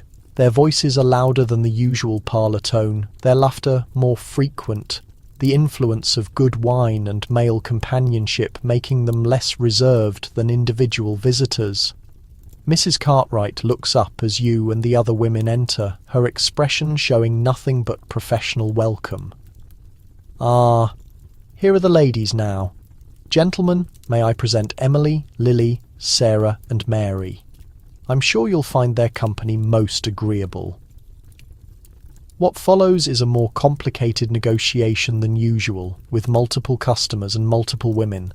There has to be a discussion, a pairing up, an agreement on who goes with whom. Some gentlemen favour certain qualities, perhaps a particular hair colour, a slender build, or a distinct style. Likewise, the women here have their own preferred types or specialisations. Mrs. Cartwright manages this sensitive coordination with seasoned finesse, ensuring mutual satisfaction without anyone feeling slighted compared to the others. You find yourself assigned to one of the younger patrons, perhaps 32 or 33, with dark hair slightly thinning and a neat moustache.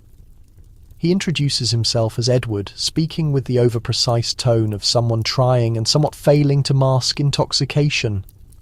"Delighted," he murmurs, bending slightly over your hand. "Absolutely delighted. And might I say that shade of blue on your gown is most flattering."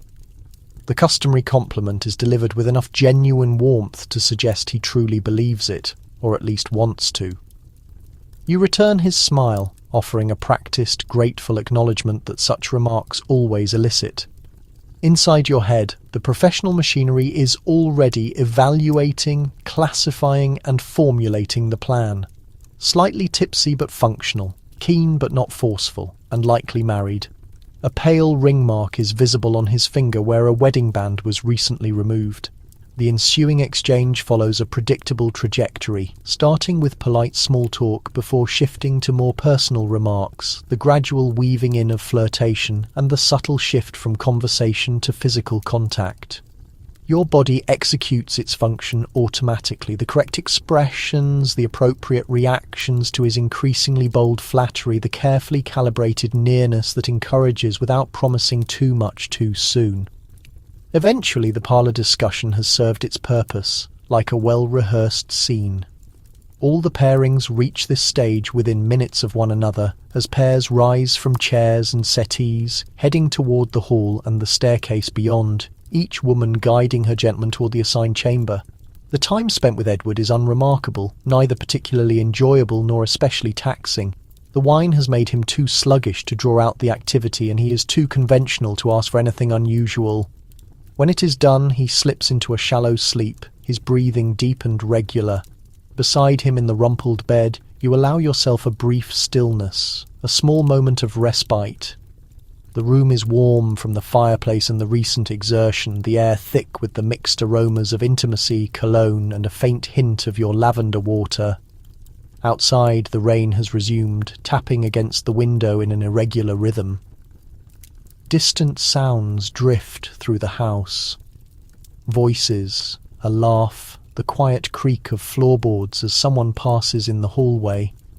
Your body registers the familiar post-activity sensations, the slight clamminess of skin, the specific muscle awareness that follows such actions, the slow return to normal respiration, not unpleasant, simply physical facts, the body's truthful responses beneath the professional performance. Edward stirs next to you, waking from his doze, with a small jolt. "Oh," he says, momentarily confused. "I do apologise." "Not at all," you reassure him, the professional voice effortlessly restored. "You looked quite peaceful. I didn't want to wake you." He smiles, relieved by your gracious interpretation of his temporary lapse. The conclusion follows the standard script.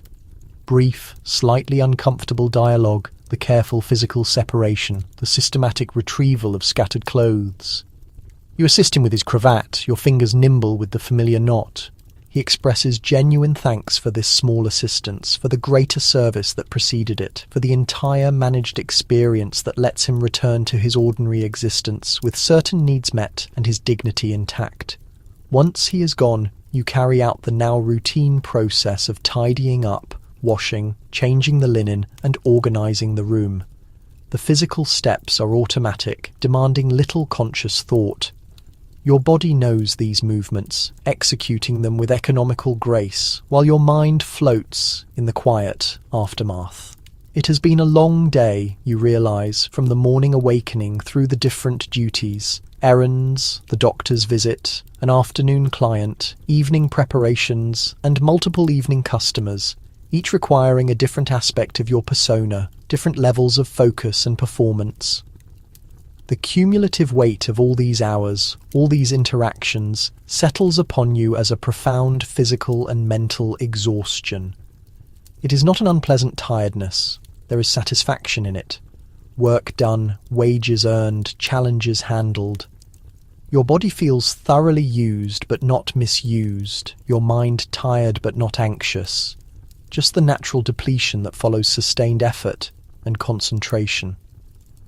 The body and brain indicate that rest is now mandatory.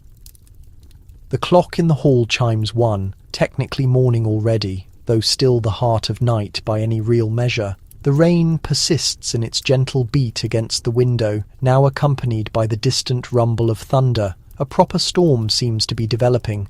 You complete the room's restoration and check your appearance one last time.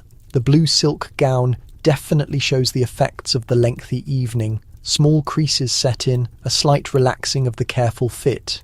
Your hair has partly slipped its pins despite repeated adjustments, and the subtle makeup has faded almost entirely. Still neat enough. But the flawless image from earlier in the evening is long gone.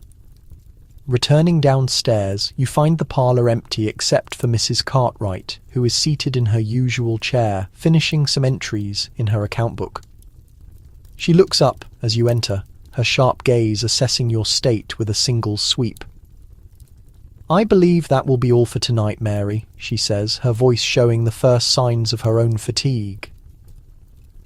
"The last gentlemen have departed, and I don't anticipate more at this hour, especially with the weather turning." Relief washes over you at her words. Permission to finish the workday, to drop the professional mask, to retreat to the sanctuary of your own real bed and genuine rest. "Thank you, Mrs. Cartwright. Is there anything I can help with before I go up?" She shakes her head, snapping her book shut with a decisive action. "No need. Mrs. Winters has secured the doors and windows. Cook will manage things in the morning as usual." She rises, smoothing her purple silk with habitual precision. "Good night, then." "Good night, Mrs. Cartwright." This brief exchange signifies the official close of the working day, the shift back to your private existence. You climb the stairs to the top floor, each step requiring slightly more effort than it did hours ago. Your body is definitely ready for rest, the day's collected fatigue making itself fully known now that professional demands have ceased. The bedroom you share with Lily welcomes you with its familiar simplicity. No clients ever visit here. This is purely private territory, the one space in the house that belongs just to you and your roommate. The two narrow beds with their simple cotton sheets and wool blankets. The small dresser where your daytime clothes and few personal belongings are kept.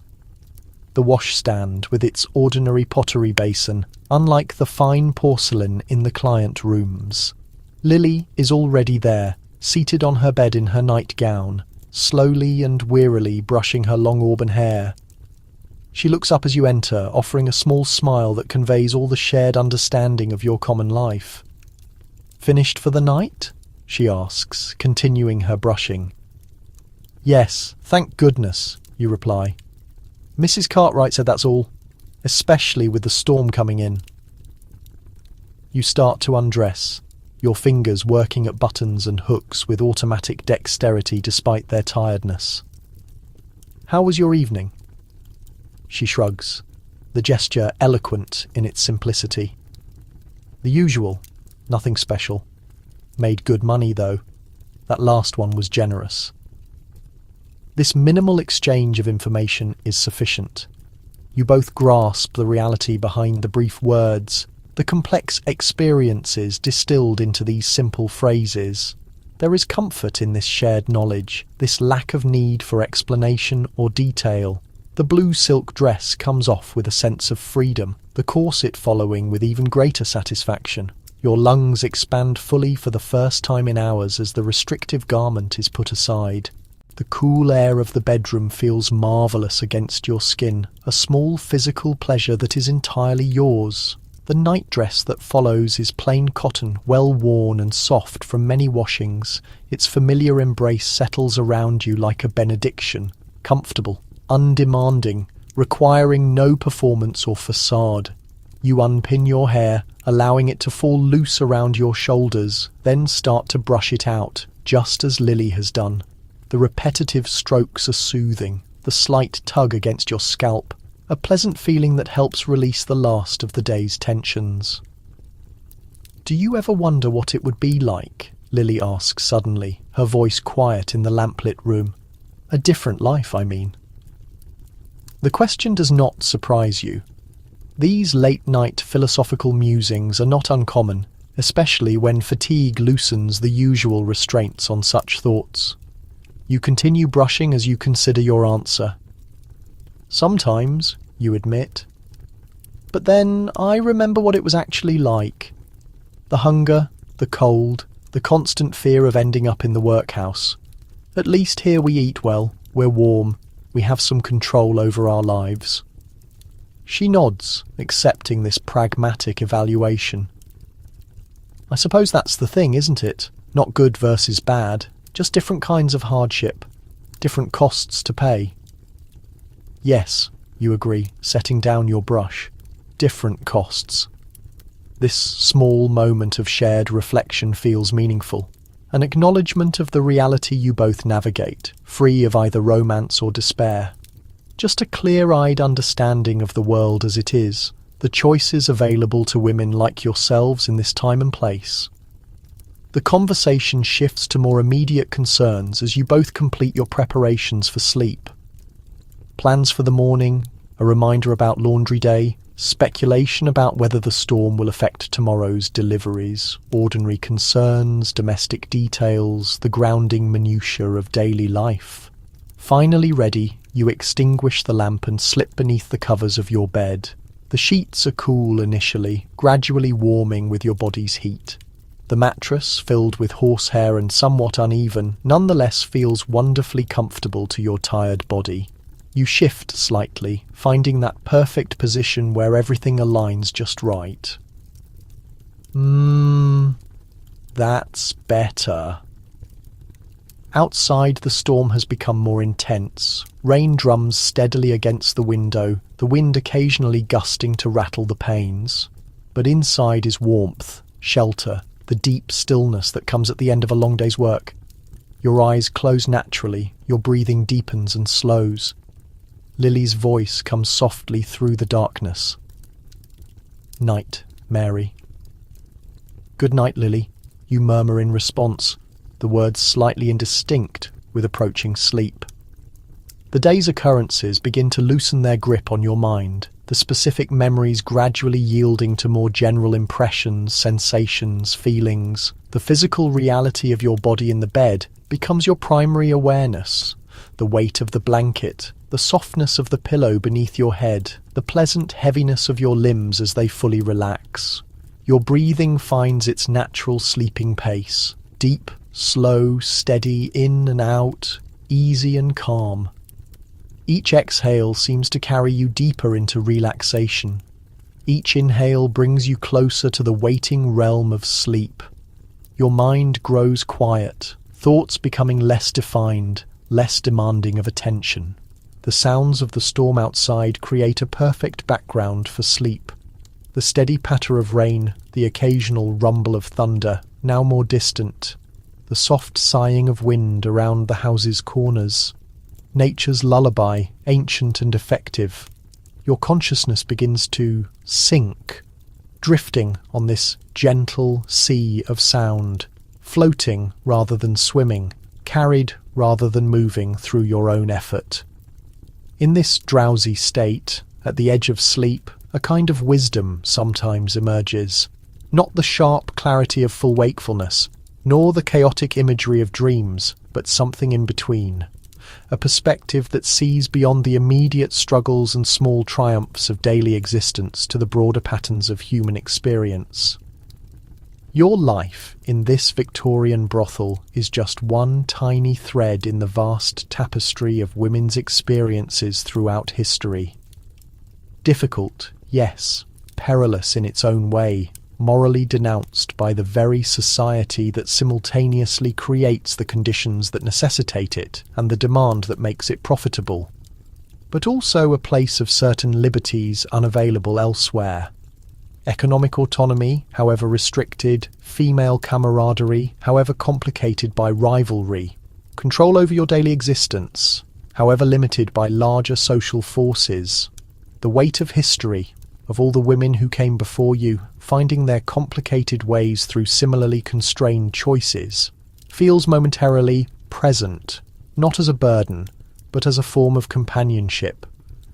You are not the first to navigate these currents, nor will you be the last.